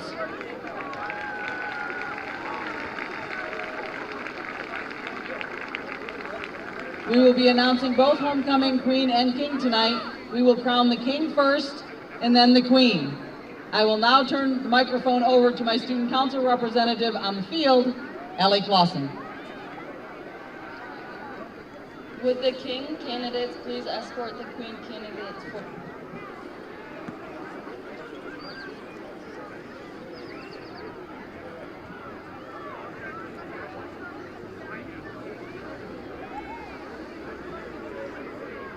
Now introducing Homecoming 2023 Queen Kitty Howard and King Andy Parsons. Ellie, you need to eat the microphone. Closer to your mouth.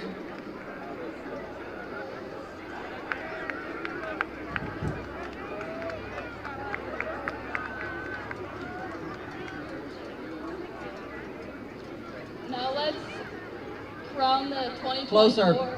Homecoming King.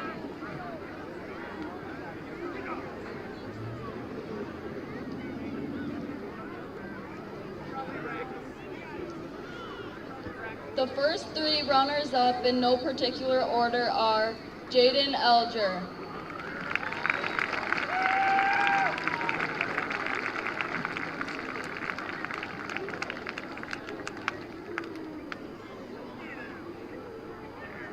Cameron Rakovich,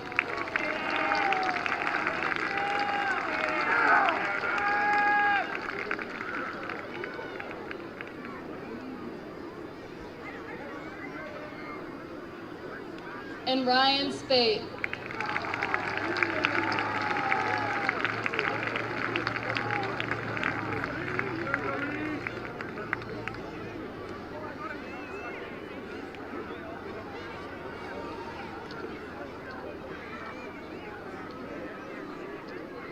The first runner-up is Leon Zhang.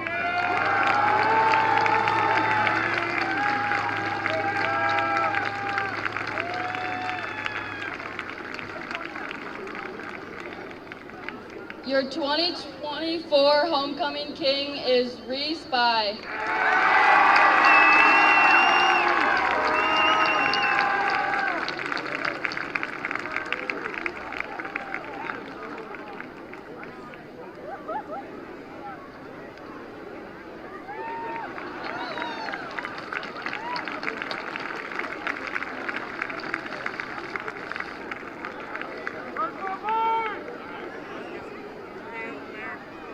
Now let's crown the 2024 Homecoming Queen.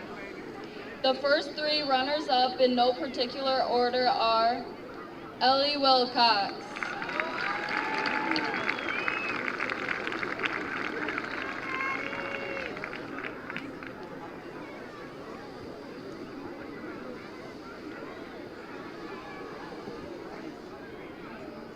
Caitlin Detmar,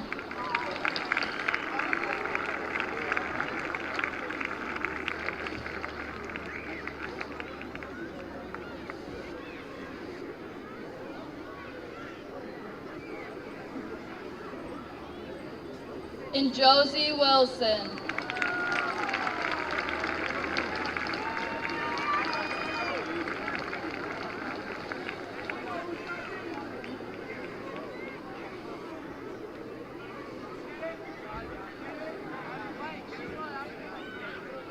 The first runner-up is Jackie Dunlap.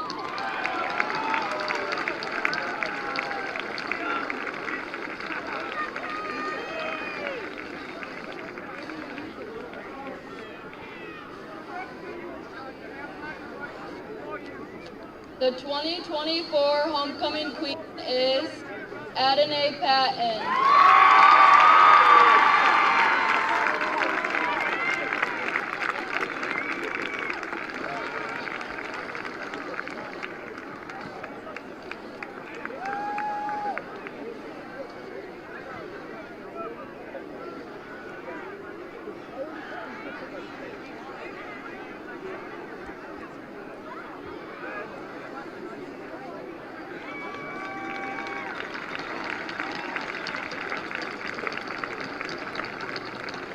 Boyne City High School presents the Homecoming King and Queen for 2024 Reese By and Adonai Patton.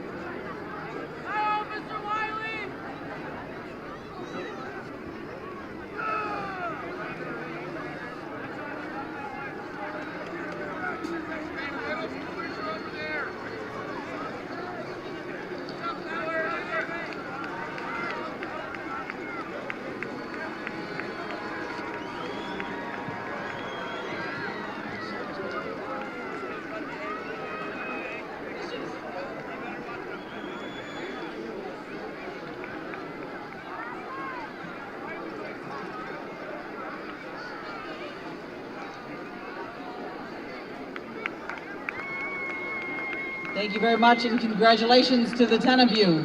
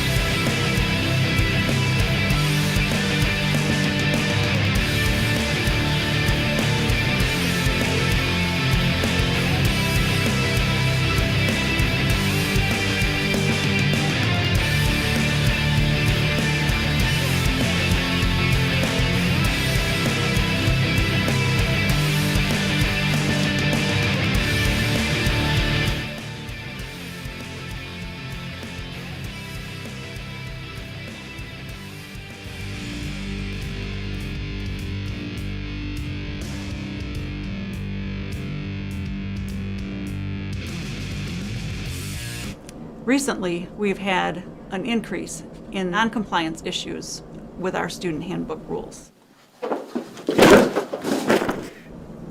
We have seen significant changes in student behavior. Get down! Phone zone, baby! You know that, player! However, we may need to address the increase in our athletic trainer visits. All high school sports, but especially contact sports like football, produce their share of injuries. But never have its players been better equipped, better coached, and better protected by rules which have lowered, that's right, lowered catastrophic injuries. Football is a special sport doing great things for kids, schools, and communities. It's safer than ever, and we're working to keep it that way.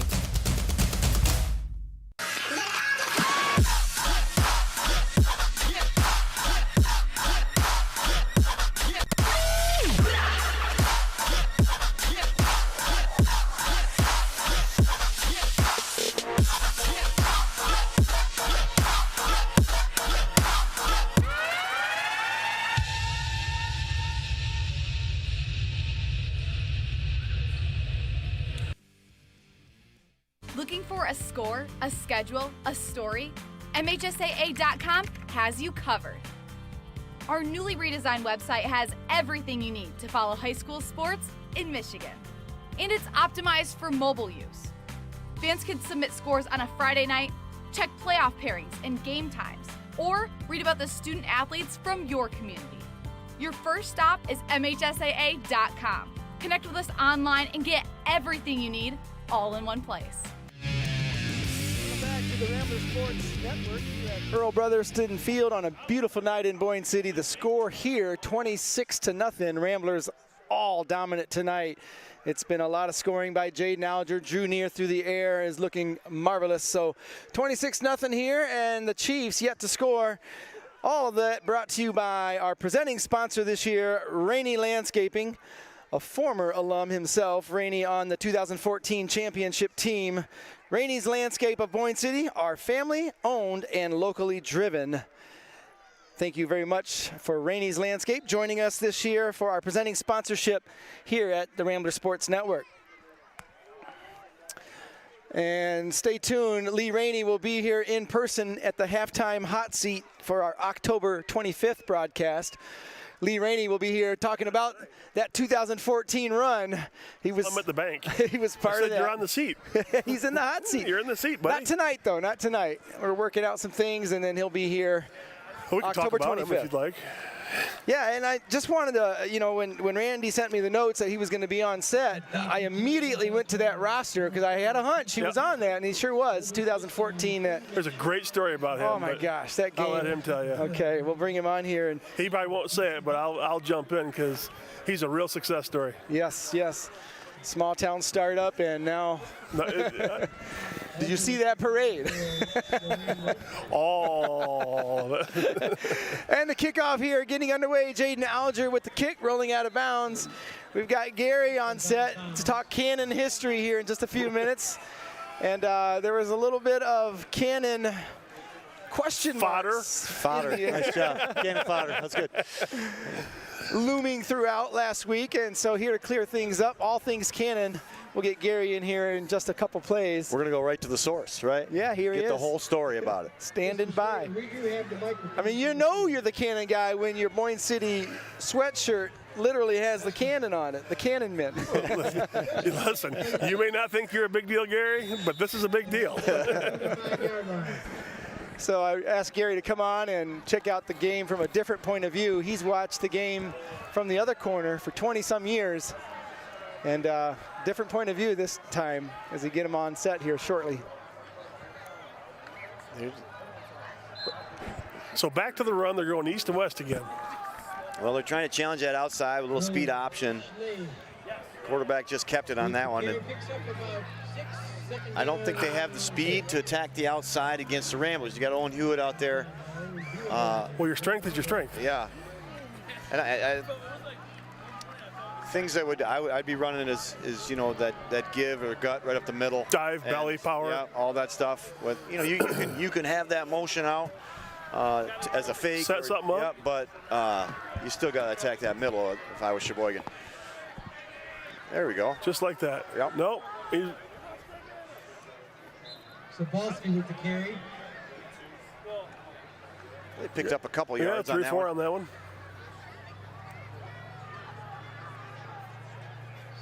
Yeah, I mean, I think that's what they need to do. I agree. I mean, if you're down 26-0, you got to go to your strengths. Don't get too crazy and do stuff that you're not comfortable with. Just go with power.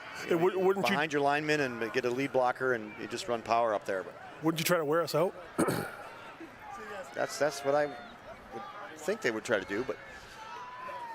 They got the big men to do it, and it looks like the game plan is a couple run plays to start the second half. They picked up the first down on that one. It's 3rd and 1, and they picked up the first down, and it's working. Power. Move the chains. Yep. Move the chains. And this is what we tell our Pop Warner kids, you know, our line, the kids that love to play line, and we're telling them, hey, we get 3 or 4 yards. The smart ones. All the smart ones. That's right. I start there, and then I put all the ones, all the rest of them in the backfield. Yeah. Yeah. Right. Hey, I'm with you. I build the line. But we tell them 3 or 4 yards is good. That's a great Pop Warner, they want the big touchdown, you know, they're running. But no, 3 or 4 yards, what's we're happy. 4 times 3, Andy? Exactly, that's 12. First down, yeah. Trying to get outside again. Oh, there's going to be a flag on that one, but. There is a flag on the play. Well, we're going to get Gary in here, Andy, if you don't mind. Yeah, sure, we'll get Gary right here behind you on set. And Gary has shot the cannon a couple times tonight. So as we get Gary on, you've heard the cannon through the years, except last weekend. Dang it. It was absent. So, Gary, talk to us a little bit. What happened last weekend against the Charlevoix game? Was it from Charlevoix's point of view? Was it your decision? A lot of stuff going on. All right, we're going to turn right here, Gary. The camera is right there. We're going to look there and get the camera on you so the viewers at home can see. This is our cannon guy right there, the cannon crew. Thanks for inviting me. Of course, Gary. So we're going to hear the story. Charlevoix? They lost. They did lose. Yes, they did. Let's talk about what we want to talk about, right, Gary? Yeah. Absolutely.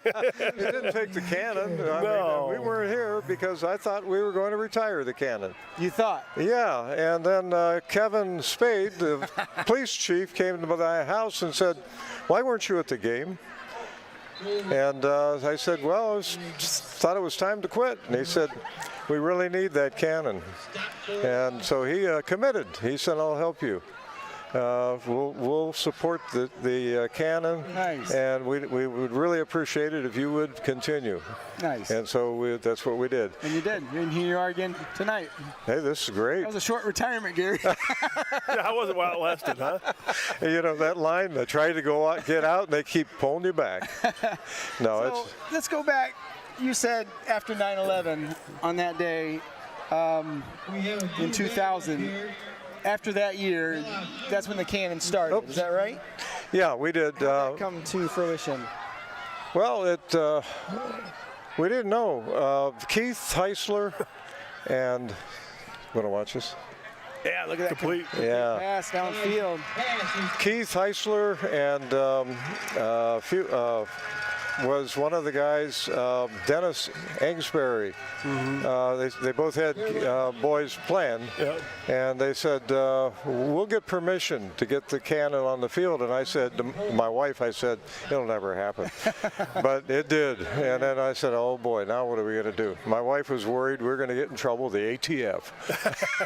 So it was your cannon to begin with. Oh yeah, Those guys I wanted built to it. get you built that. Yeah. Okay.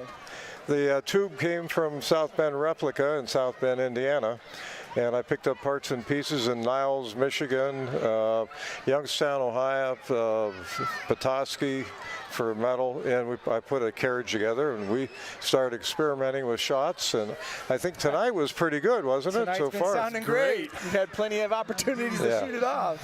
You built it like Johnny Cash, one piece at a time. That's exactly right. 54, 55, 56. But you know, a lot of people have contributed over the years. I was thinking of Jim Harbeck.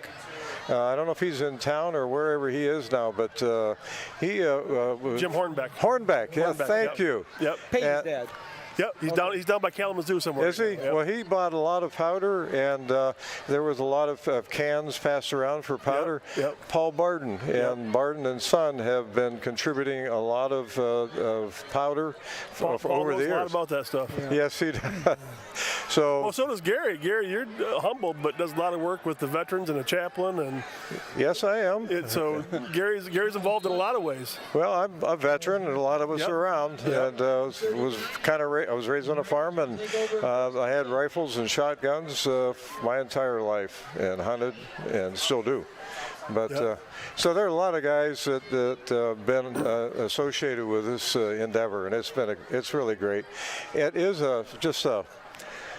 it's a tradition, and I'm really. You started something. Yeah, it is now a tradition. I started it, but a lot of people have carried it. You know, Gary, when you think about, when you see all the new faces in the stands these days, I mean, the Amesburys, they're still in the stands, but it's the third generation since Dennis.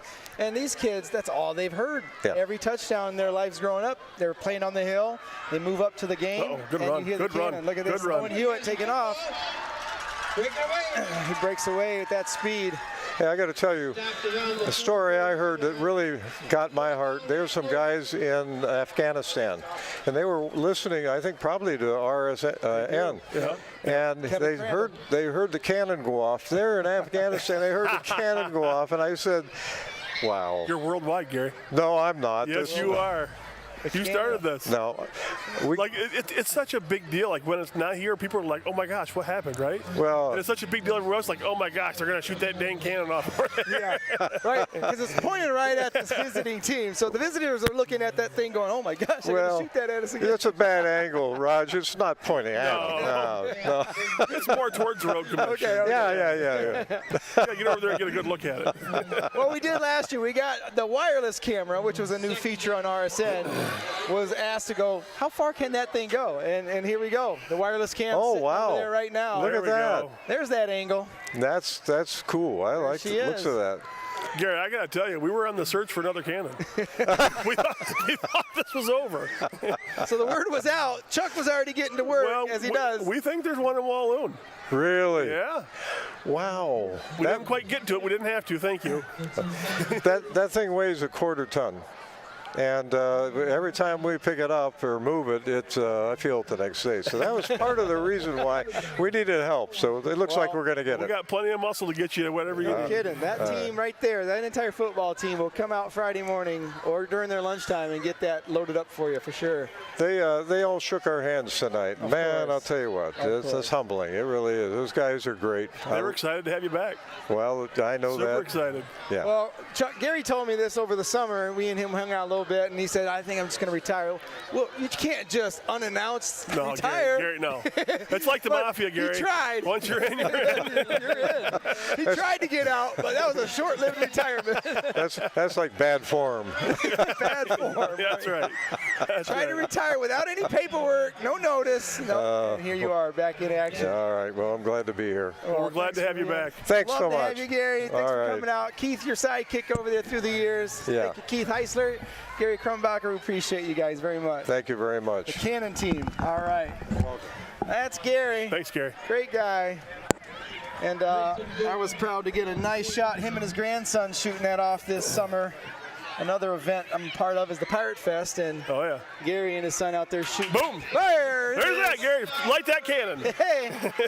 All right, we'll get the voice of Andy Bryant back in here. Boom! That's a good load. He was over there watching every play while we were talking cannon. Boom, and there it goes. What'd you see there, Andy, on that drive?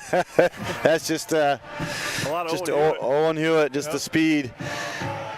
And I tell you what, we talk about Ryan Spade, we talk about all the skill players, but Chuck, it's the linemen that are doing this stuff. So I got to say, Timmy Payton, he is at center having a great year.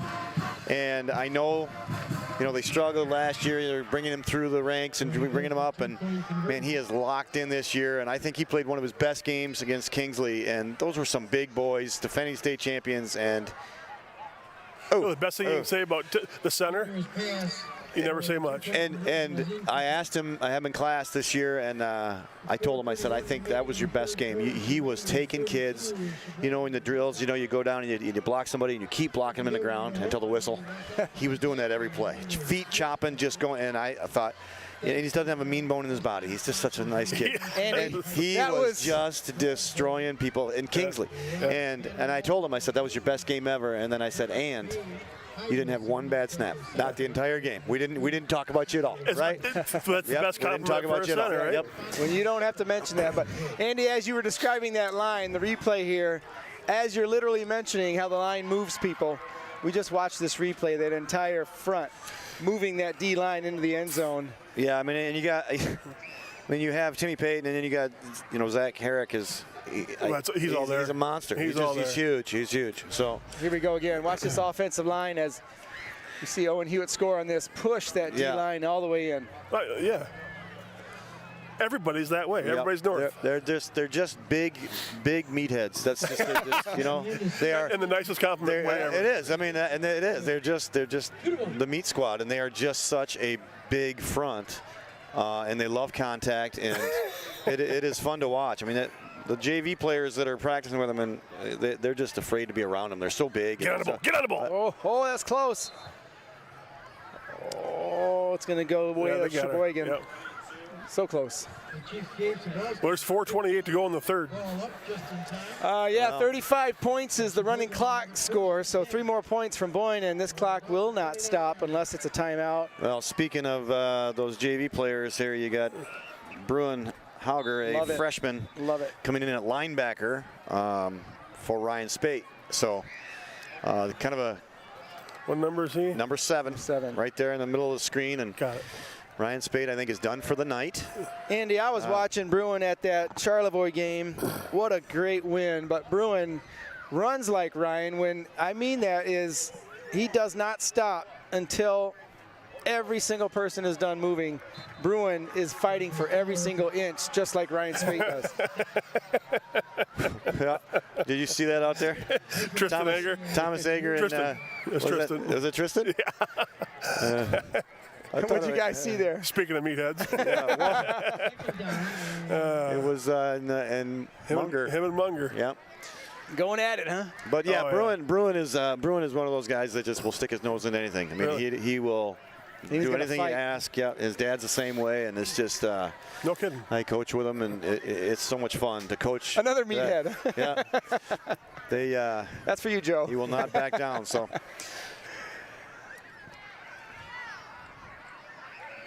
Good play. Little window in there, but. And that's that 5-quarter rule, isn't it, Andy? Bruin, I'm sure, played 4 quarters last night. He did, and I think, Ryan Spate done for the night. I don't know if he's having stomach issues or something like that, talking at halftime, and so they're going to keep him out, and so they're bringing in Bruin, which normally they'd bring him in the 4th quarter and give him the whole 4th quarter, but now I think just giving Ryan a break. Yeah, and they'll bring. That was the plan. They'll bring somebody else in the 4th quarter, and. As they should, with a 32-0. You got some other new numbers in there, too. You got Caden Schoolcraft in there playing right now. We've yet to see Ben Stonick. He plays at wing back. He can run the ball. Carter Van Horn, he's out there. Yep. And who knows, Andy? We might even see Bruin run the ball a little bit. Yeah, he did got a touchdown against Charlevoix, and that was a pretty special moment for that freshman to, 1, get on the field, and 2, to score. So. Oh my gosh, almost nice picked off defense. by Carter Van Horn. Nice I thought he was going to be gone. Yep. Just talking about him, and it was a nice ball. He's been, he's their corner, and he's had to grow up real fast to play varsity corner, and he's had his ups and downs this year, and I thought he was going to get a pick 6 right there. That would have been the greatest thing ever for him. But he always keeps coming back. Short working memory. hard. Yep. Short memory. Such a you have to in this game, don't you, Chuck? You have to forget what happened last week. I forget about every bad play I ever made. That's right. You didn't make any, did you? I don't remember any. I don't remember any. Yeah, he was close right there to. I only remember the good ones. That one off. Yeah. Well, the ones that you talk about. Right. Unless you got film.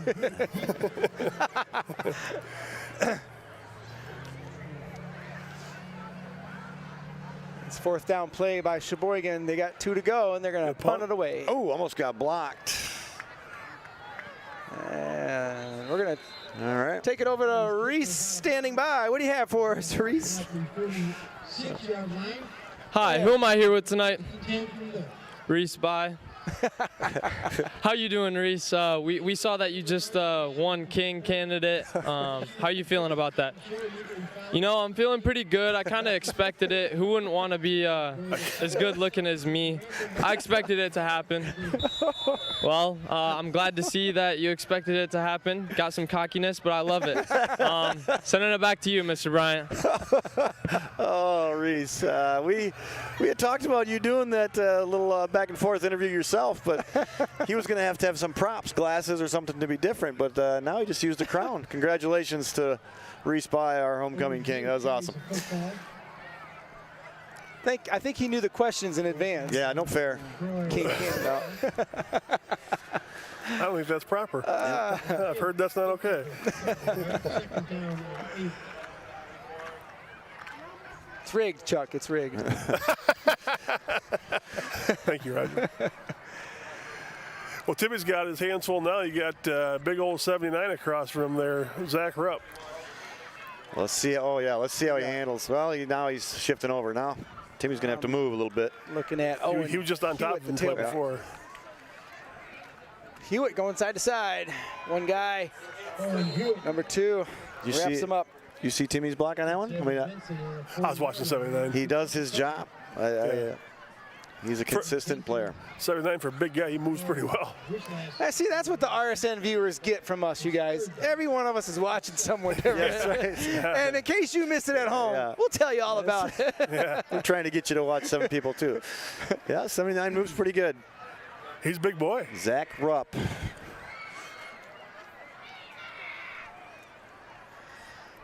Hewitt, again, the tailback. Drew in that pistol formation. Wide open, Alger. Wide open. Patting the stats, baby.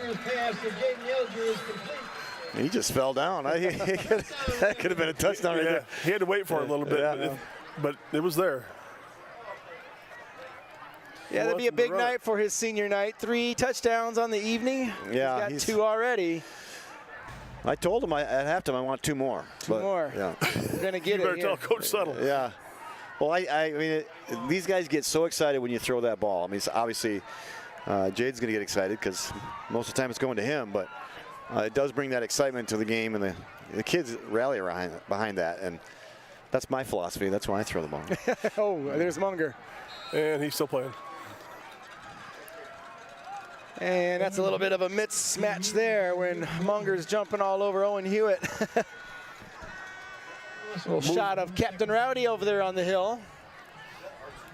Yeah, that's Jackson Archie. Yeah. That's the next broadcaster for the future.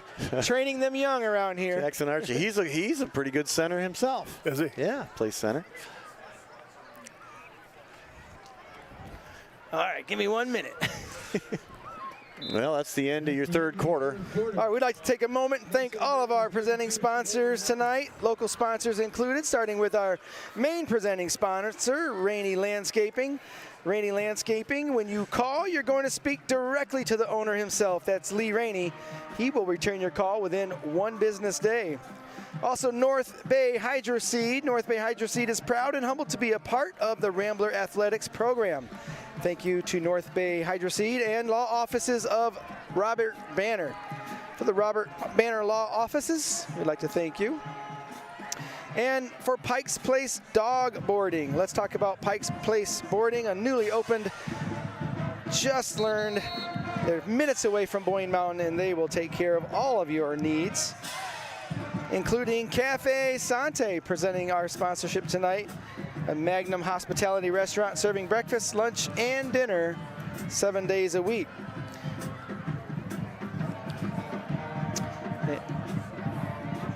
And then we are just hearing Hiker McKinney's stepdad.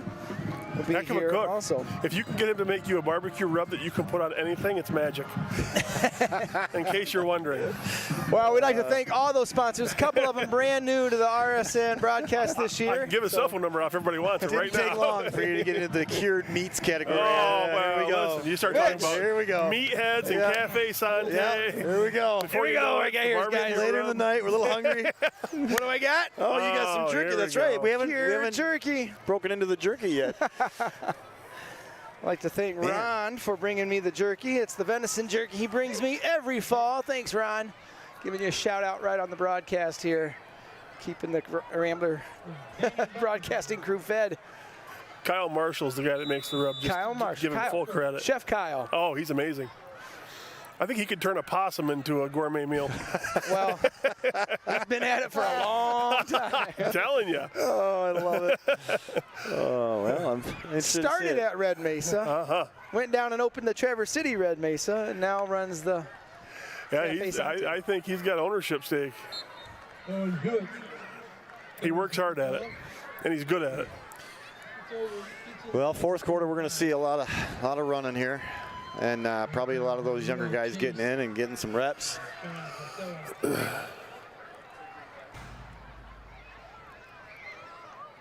Third down.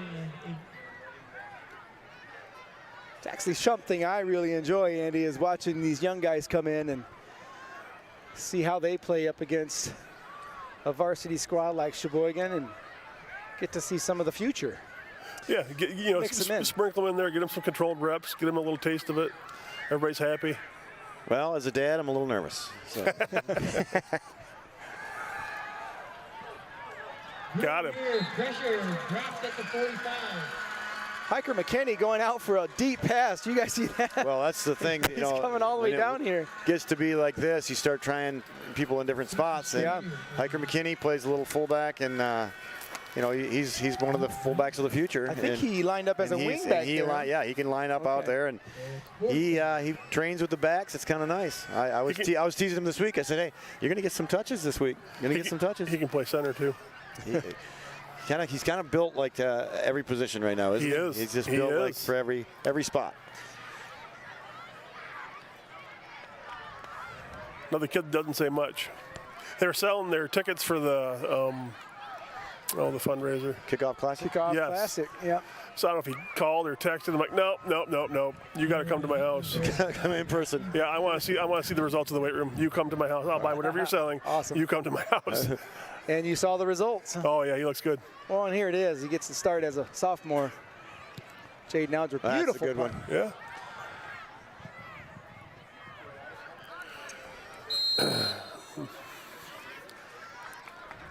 Hey, speaking of the all the alum that come out tonight for homecoming, I saw a lot of faces in the crowd that's been here on the field themselves. Always come back for homecoming, and I think we got a photo coming up right here. Oh yeah, look at of this. some current players. You got Ryan Spate here, number 3. You got Bobby Hoth over here. Bobby. You got Pete Calcaterra, Alex Calcaterra, and Zach. Zach out here. So current Rambler football players, former Rambler football players. Doing great things. Pete going into his final season at Michigan Tech, leads in a lot of categories in rebounding and free throws. Have you guys seen Pete lately? He's ridiculously huge. Jeez. Yeah, ridiculous. Well, and that was a Hillsdale and Tech game right there, right? Yep. And Bobby Hoth playing for Hillsdale, getting some minutes. Well, what I noticed in that photo was Bobby's suited up. He's all pads. Yep. And Ryan standing next to him is our running back, no pads. Did you see the size comparison? That's why, Chuck, these scouts need to come out here. I think if I was Michigan Tech, I'd get Ryan on the hook right now. Calcaterra, you know this Ryan Spate kid. We want to have him up here. And I think he did go up and checked out some. Oh boy, you can see there's Drew Bryant camps. warming up on the sidelines. Make me nervous right there. Oh, boy. You should be happy. Yeah. Well, if he gets crushed by number 62, and that's he's tough. He can handle. He's we tough. got this. That puts your next Thursday night. That's right. Our JV quarterback is. It's all about developing for varsity. I tell those kids all the time. They're nervous over there. I'm nervous, but you just want to get out there for the speed. Just see the speed difference from JV to varsity. That's what you want to get used to. You got to get a snap, so you say you did. Yeah. Well, it's a big deal. Well, and you hope, Andy, that line's going to notice that too and go, okay, we're going to stick it a little longer. Yeah. No Drew's back there, the young guy. Yeah. Let's give him another second or two to do what he has to do back there. Well, there's 8:30 to go here in the game. Well, and you see right here. Yeah, Tanner Kelly coming out. I like this player too. Tanner Kelly is on the field right now. He's our. That's your stud, isn't it?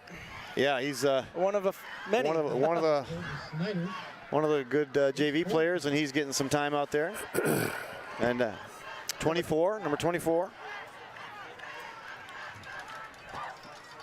You got 2 move-ins. Tanner Kelly playing well, and then is it Royce?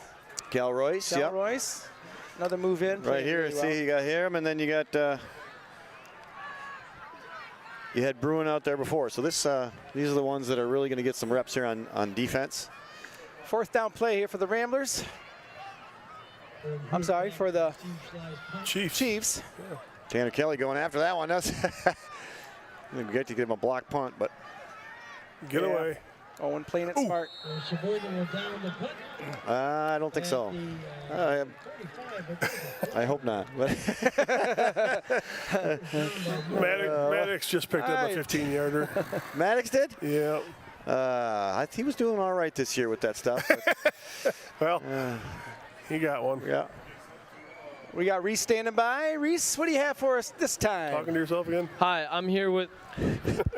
Is the mic working? Mic's on. I'm here with Homecoming Queen. Adonai Patton. Addie, were you expecting Homecoming Queen? No, I didn't even think I'd get runner-up. No. Well, you're queen, so how do you feel about it? It's very surreal. Like, it's not sinking in, and it's really ironic that you're king. It is pretty ironic, and we'll be back next year. Are you going to be back next year? I think so. We'll be back next year. Sending it back to you, Mr. Bryant. Isn't it required? I mean, they have to come back. Isn't that part of the deal? That's right. Otherwise, they forfeit their crown. No, I think it's a law or something, isn't it? It is. Yeah. Well, you know that. It's legal and binding. You got it. Isn't there a warrant that goes out for them if they don't come back? Yeah. Lack of serve the warrant. Yeah. Loyalty on the royalty. I think, Loyalty on the royalty. I think Clausen would love that. She would Loyalty on the royalty. go pick him up, get him here. All right. What I loved, Andy, is while Clausen is up in the booth talking, she's yelling at her daughter, closer to your mouth, Ellie. Put the mic closer to your mouth. Talking to Ellie, I walked by her, I said, that's so embarrassing, right? If you're at home yes. thinking that only you heard it, no, the entire stadium heard it. Poor Ellie. But what is the irony of those two? I didn't get that line. I didn't either. Okay, is it because they walked out together? Well, we're doing the interview here, I think. Okay. I mean, he's a big deal sideline reporter now. Yeah, he's huge. I mean, it's big. Yeah. I think they did walk out together, though. Maybe that was the irony. I didn't know if they were dating. I'm not in with the high school juice like Andy is. I try to stay out of that. He just teaches science. I stick to that, right? That's all just I do. Science, except for the gum question. So yeah, Andy, when you chew gum over time. I thought you were going to go into the does it stay in your stomach for 7 years or whatever they all think. Yeah. Say yes. Scare him. Yeah. Drew slips at the 35. Well, a good win here for Boyne City. Again, this was in practice all week. Mike McShane, all those of that coaching staff, they have you thinking that Cheboygan is the state champions, and you better be ready for them. Or well, they came in 3-1, right? Yeah, and they did. Yeah, and they're big and all that stuff. But and 62 is the real deal. But they have them trained to believe that they are an amazing football team, which they have some big players. But well, Boyne that's City just came out. Great coaching too. Yep. You know, you got to get that message in every play. There it is. Ben Stonic. Oh, that almost broke. One more balanced step, that would have been to the house. It's a first down, Ramblers. He's just trying to get that one, right? Nonetheless, first down, Chuck. Yeah. To show Alger he can do it? Yep, just got to get Alger. He's coming up limping a little bit. Gimpy. Cramp. Yeah. No, he's fine. Yep, he will be fine. Oh, that was a great catch. His Man. last name is Stonic, so he'll be fine. He's been kicked back out harder than I was going to say, he's been kicked by farm animals. He's fine.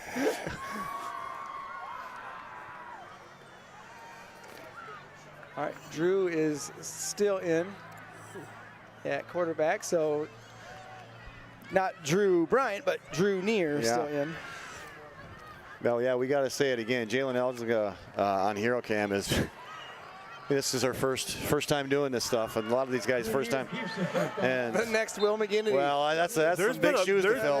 That's saying something. That is. That's some big shoes to fill. But Jalen's doing a fantastic job. Yep. RSN viewers have to go back about 3 years, and boy, Will McGinnity could follow that ball wherever he made ESPN look silly. Yeah, he had a knack for that stuff. It's tough, and Jalen's figuring it out right now. It's tough, and I think he's doing fine. Good job. Don't forget, these kids just learned how to do this. That's what I mean. She's a first time up there, and she's fantastic. It's like, I mean, it's scared enough just to be way up that heights, nest. Yeah, we were worried about this because all the new staff in there, all new kids, and but so far without a hitch. How many of them are new in here? Everyone. Everyone that's sitting all of them here, all new. Yep. That's a lot. That's a lot. Well, that leaves none that are not. That's right. So yeah, all of them. Inside the 30-yard line. All right. Jaden Alger highlight reel coming up. Part of our new replay system here. Braden dialing it up right now. We'll get a moment here and show his highlights for the evening. Now we're talking ESPN stuff, Chuck. There's plenty. And we're getting them right now, game time, right? These are all the things that we can do with that new system. It's kind of cool. I think Drew Neer's looking towards, let's get one to Brady Snyder here. Nope, looking left side though. He went on the carry. He's a feisty little bugger, isn't he? All right, here comes your Gouger highlight reel. Close to a first down. Pastula, one of the tacklers. And he liked it. 15-yard gain. That was a good catch there in traffic. That one's second touchdown. Yep. And the celebration again. It's a big boy.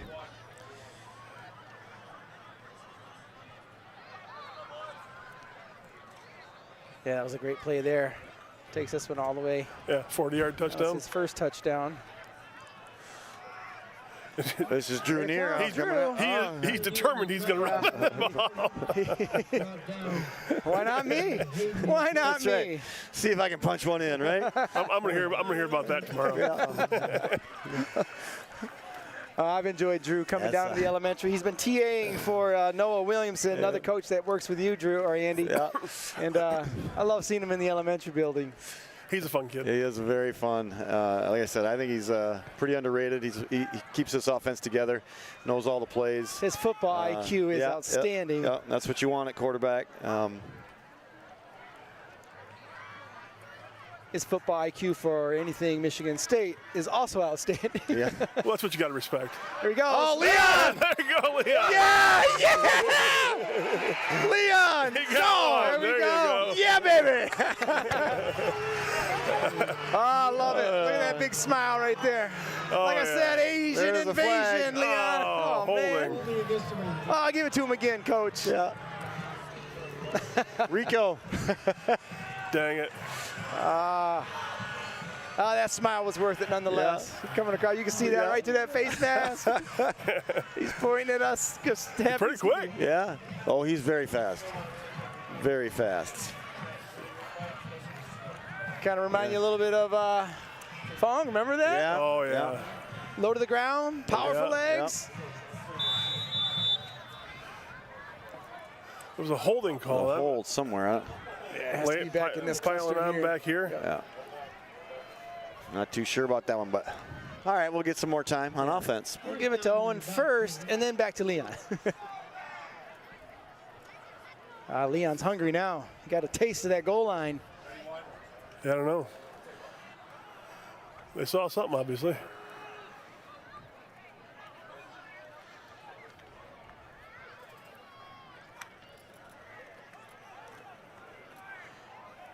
Hewitt trying to That was run. good. They followed him right down the line. Yeah, they're just eyeing each back. Yeah. They're just got somebody on each back, and they're tackling all of them. Well, they know that's how Owen runs. They're going to go right attack it. He's a side-to-side runner. Contain that edge and. Boy, the way they're pursuing, though, if you go something, motion one way and backside at them, I think it's going to be trouble. That's true. Yeah, I'd be down up a reverse right now. Counter something. Something, yep. Which I'm sure you're going to see that here in the next few plays. There goes our Rambler Rowdies. Little shot for them. Well, as much pursuit as they're bringing. Natalie Got a 5 count going. Natalie was just in the trailer, and now she's out there in the stands. Pass play. Right open is Leon. Oh! He got wrecked. He did. I thought Leon was going to. Great play by number 1 there. Phoenix Gomez just met Leon. I bet Leon was smiling, though, right before that hit. I got another one, and then bam, what hit me? Look here. Oh, he's got to. Drew's just got to flatten that one out towards the middle of the field a little bit more, keep his receiver out of trouble. Oh, I love the play call, though. Where did he come from, Leon? He came right out the middle. Yep. Play wing? He's playing right now where he is right now. Wing? Yep. Okay. I didn't see where he came from. Well, that tells you one thing. Coach Suttle was trying to get it back to him. Yeah, in the end zone. I like that. Minute 40 to go. Here we go, 5-second wave. Oh, delay a game. No, somebody moved. We moved. Yep. At hard count, it's hard. It's hard, too hard. Not to jump a little bit or flinch. Like a lot of guys just jump off sides. Our guys just kind of flinch. It's tough. That's when you know the count. There's always one, Chuck. There's always one. That's why they call them false starts. Yeah. They're still kids. They're still celebrating, though. They got a big victory tonight, 32-0. That's what you want on homecoming night. And heard Mike McShane earlier telling the boys, you're going to remember this one, seniors. This is the one you'll remember, your homecoming night. And a 32-0 shutout helps you remember that even better. Oh, got that one. Got it back. You can't stop that one. 179 starts moving. You're not slowing that down. That's a big man out there. Yeah, I can't. I mean, there must be something to it, but I think I'd play him more. That is a big man. He just looks like a big. He looks like just like a big cupboard, like a family credenza, just huge. And I mean this in the nicest way possible, but when you're too slow to get trapped, and I mean that like literally, like when he penetrates that yard or two and then he's there, that's a changer. There's some basic you mean physics. too slow in the nicest of terms, right? That's what I said. I know. It's. I know what you're saying. I preface it with that. Yeah. He can't get trapped, but Drew's waiting for the 5 count. Running the clock. The official back here's. Which is ticking down towards 1 minute, 14 seconds. Here in the stadium, it's at 1 minute. Yeah. There it is. There it is. Yes, they go. Oh, man. Love it. Love it. That's a pass complete to Leon Jung. Same play they ran before. And number one racks him again. Listen, if you're Cheboygan, you should just tackle 11. Yeah, you know he's going to get it. Watch his throw. A little better throw on there. Oh, I love the play. Great. Yeah, well, 48 seconds. Good job for number one, though. Number one hitting them both times. Here we go, clock's ticking. Now the big victory is, can Leon score? Yeah, get him in the end zone. Come right this way, down block on 81 here.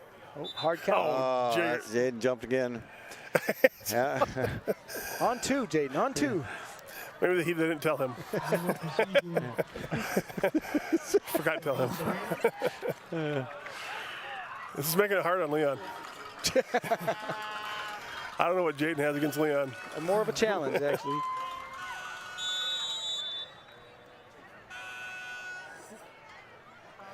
Well, it's 4th and 6. Nice shot from our side. What do you have for us now, Reese? Some ice cream. Look at this. No fair. Snow cones. You have Cyrus Jenkins is in the game right now, another freshman. Lining up here at right tackle.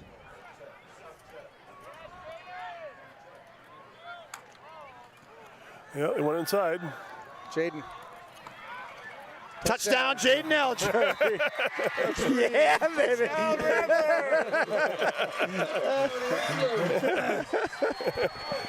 Oh, I got a flag. Yeah. Celebration? Too much. Too much celebration. Well, there's. They got you on that one, Andy. I think it was the Owen Hewitt dance. I don't know what that was, but there's a couple of them. Jaden was talking about that at halftime, saying, if I get another one, I want to do something fun. I said, well, you're probably going to get penalized for it. And he said, that's all right. That's all right. Take it on the kickoff or whatever. I'm like, God, jeez. It's a calculated risk. That's right. I mean, those seniors, they want to go out with like you said, Raj, a good homecoming. Well, and what a compliment to you. He wanted to do something special. Yeah. That was it. Came over to see Coach Bryant. Yeah.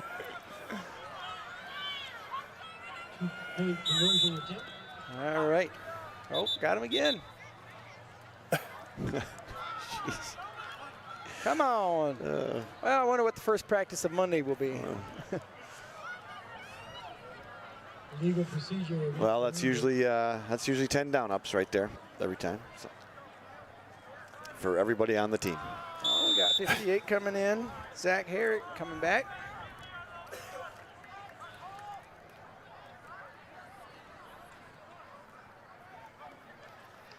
Well, it's been a fun night, guys. Yep. Our opening game here in the 24 season. It's been a great night for Rambler football. 38-0 for homecoming. And still time to score one more if we can. There's Leon. No, way to put his head down. Hey, got it. And he got in. He got in for the extra point. And oh, that's the conversion. Yeah. Put 2 more up there. Got him in there, and they're all coming out pretty happy with that. 40-0. We got something out of it. And the cheerleaders over there have to do 40 jumping jacks. And one thing that is very, I mean, I told you this team hits pretty hard, but it's not just on defense. And you know, you've seen Ryan Spate punish some people. Owen Hewitt put his shoulder pads down when he runs. Yep. But one of the best at it is Leon. I would not want to tackle it. He's so fast. He's so low to the ground. His center of gravity, he's so good with that, and he can run full speed and dip his shoulder down and hit you and still keep going. Yeah.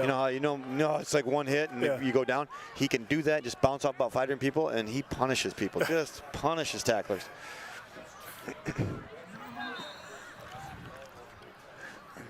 All right, right now we just talked about Megan Harmeling. She is now in the middle of a directing debut at U of M here. Not her debut, but Big Ten Network. This is MSU versus U of M volleyball game, and that's one of our Boyne City alum who started right here in this trailer and has now graduated to this broadcast. Directing a Big Ten broadcast. Big Ten. Right here. That's awesome. Part of our CTE program. That's the career tech that you can be offered here at Boyne City High School. Well, I think Tanner Kelly's going to kick off. Is he your kicker? He's our kicker, yep. Oh, what a great player too, Chuck. This kid, the full package. Yeah, he kind of does it all. And how did he show up here? We have a lot of kids that do it, kind of do a lot of stuff, and that's what makes that JV kind of a special group. Is he new to town? No, he's been here for 3 years ago. Family moved in. Okay, I guess I don't know. There's 3 of them. He's got a set of twins, younger brother, sister. They're twins. Okay. That's a slip. Ouch. That's painful. Yeah. And Andy, correct me if I'm wrong, but you can ask that kid anything, and he's a yes, sir. Go out there, get it done, come back. Yeah, it's a great family. Great family. They're all the kids line up with the age of my kids, so we hang out a lot with them. They're a good family. Yep. Great. All right, we're gonna show you some celebrations throughout the night. That's it. And that will conclude our broadcast as we take it out with the band and some of our highlights. Maybe they might want to get one more play in here. What are they doing? The clock here says 0, but they're 5 asking seconds. for 5 more 5 seconds on there. Yeah. Come on. Tom Clemens like, oh. 5 seconds. All right, then. Cheboygan says, that's okay. Let's just keep it at 0. We got 44 checking in for the Ramblers. Maddox Fitzpatrick. There we go. There you go. Go for it all. And there you have it. Pass is complete to Evan Benson. Wow, that was impressive by the Ramblers. Why weren't they doing that all game? I don't know. Sorry. I'm sorry. All right. 40-0. We are going to bump you out with a little celebration highlight reel from the RSN crew just before the band comes on. Stay tuned if you'd like to hear the band come back out.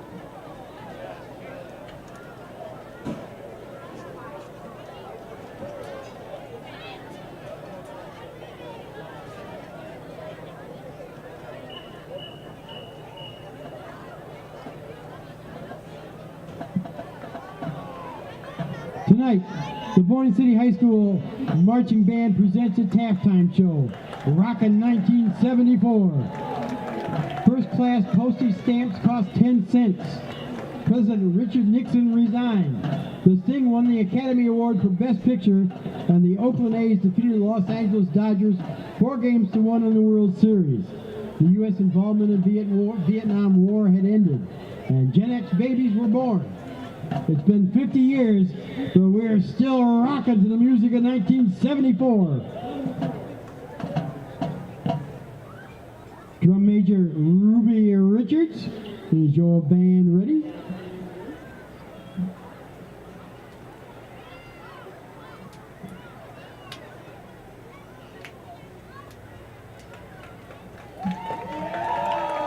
Rambler Band, the field is yours. The Eagles are one of the most iconic bands in the 1970s, known for their harmonious blend of rock and country with folk influences. Tonight, we present the Eagles' standout hit, Already Gone, from their 1974 album, On the Border.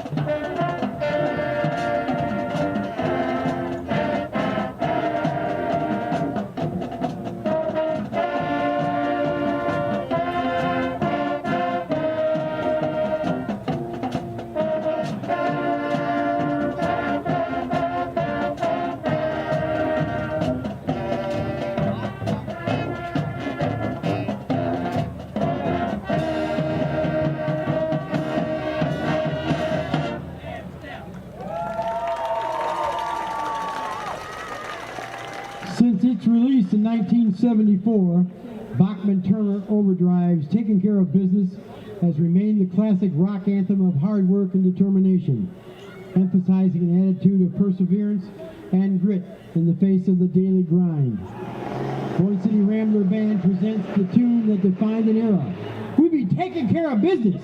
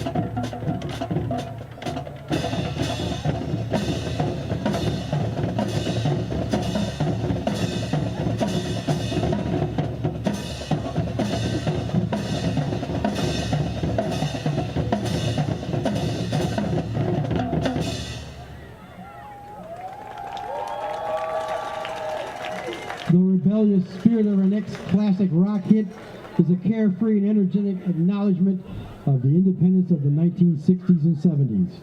Performed and spun by radio disc jockeys throughout the decades, Wild Thing endures as an influential rock and roll classic, even into the 21st century. Rock out with Wild Thing.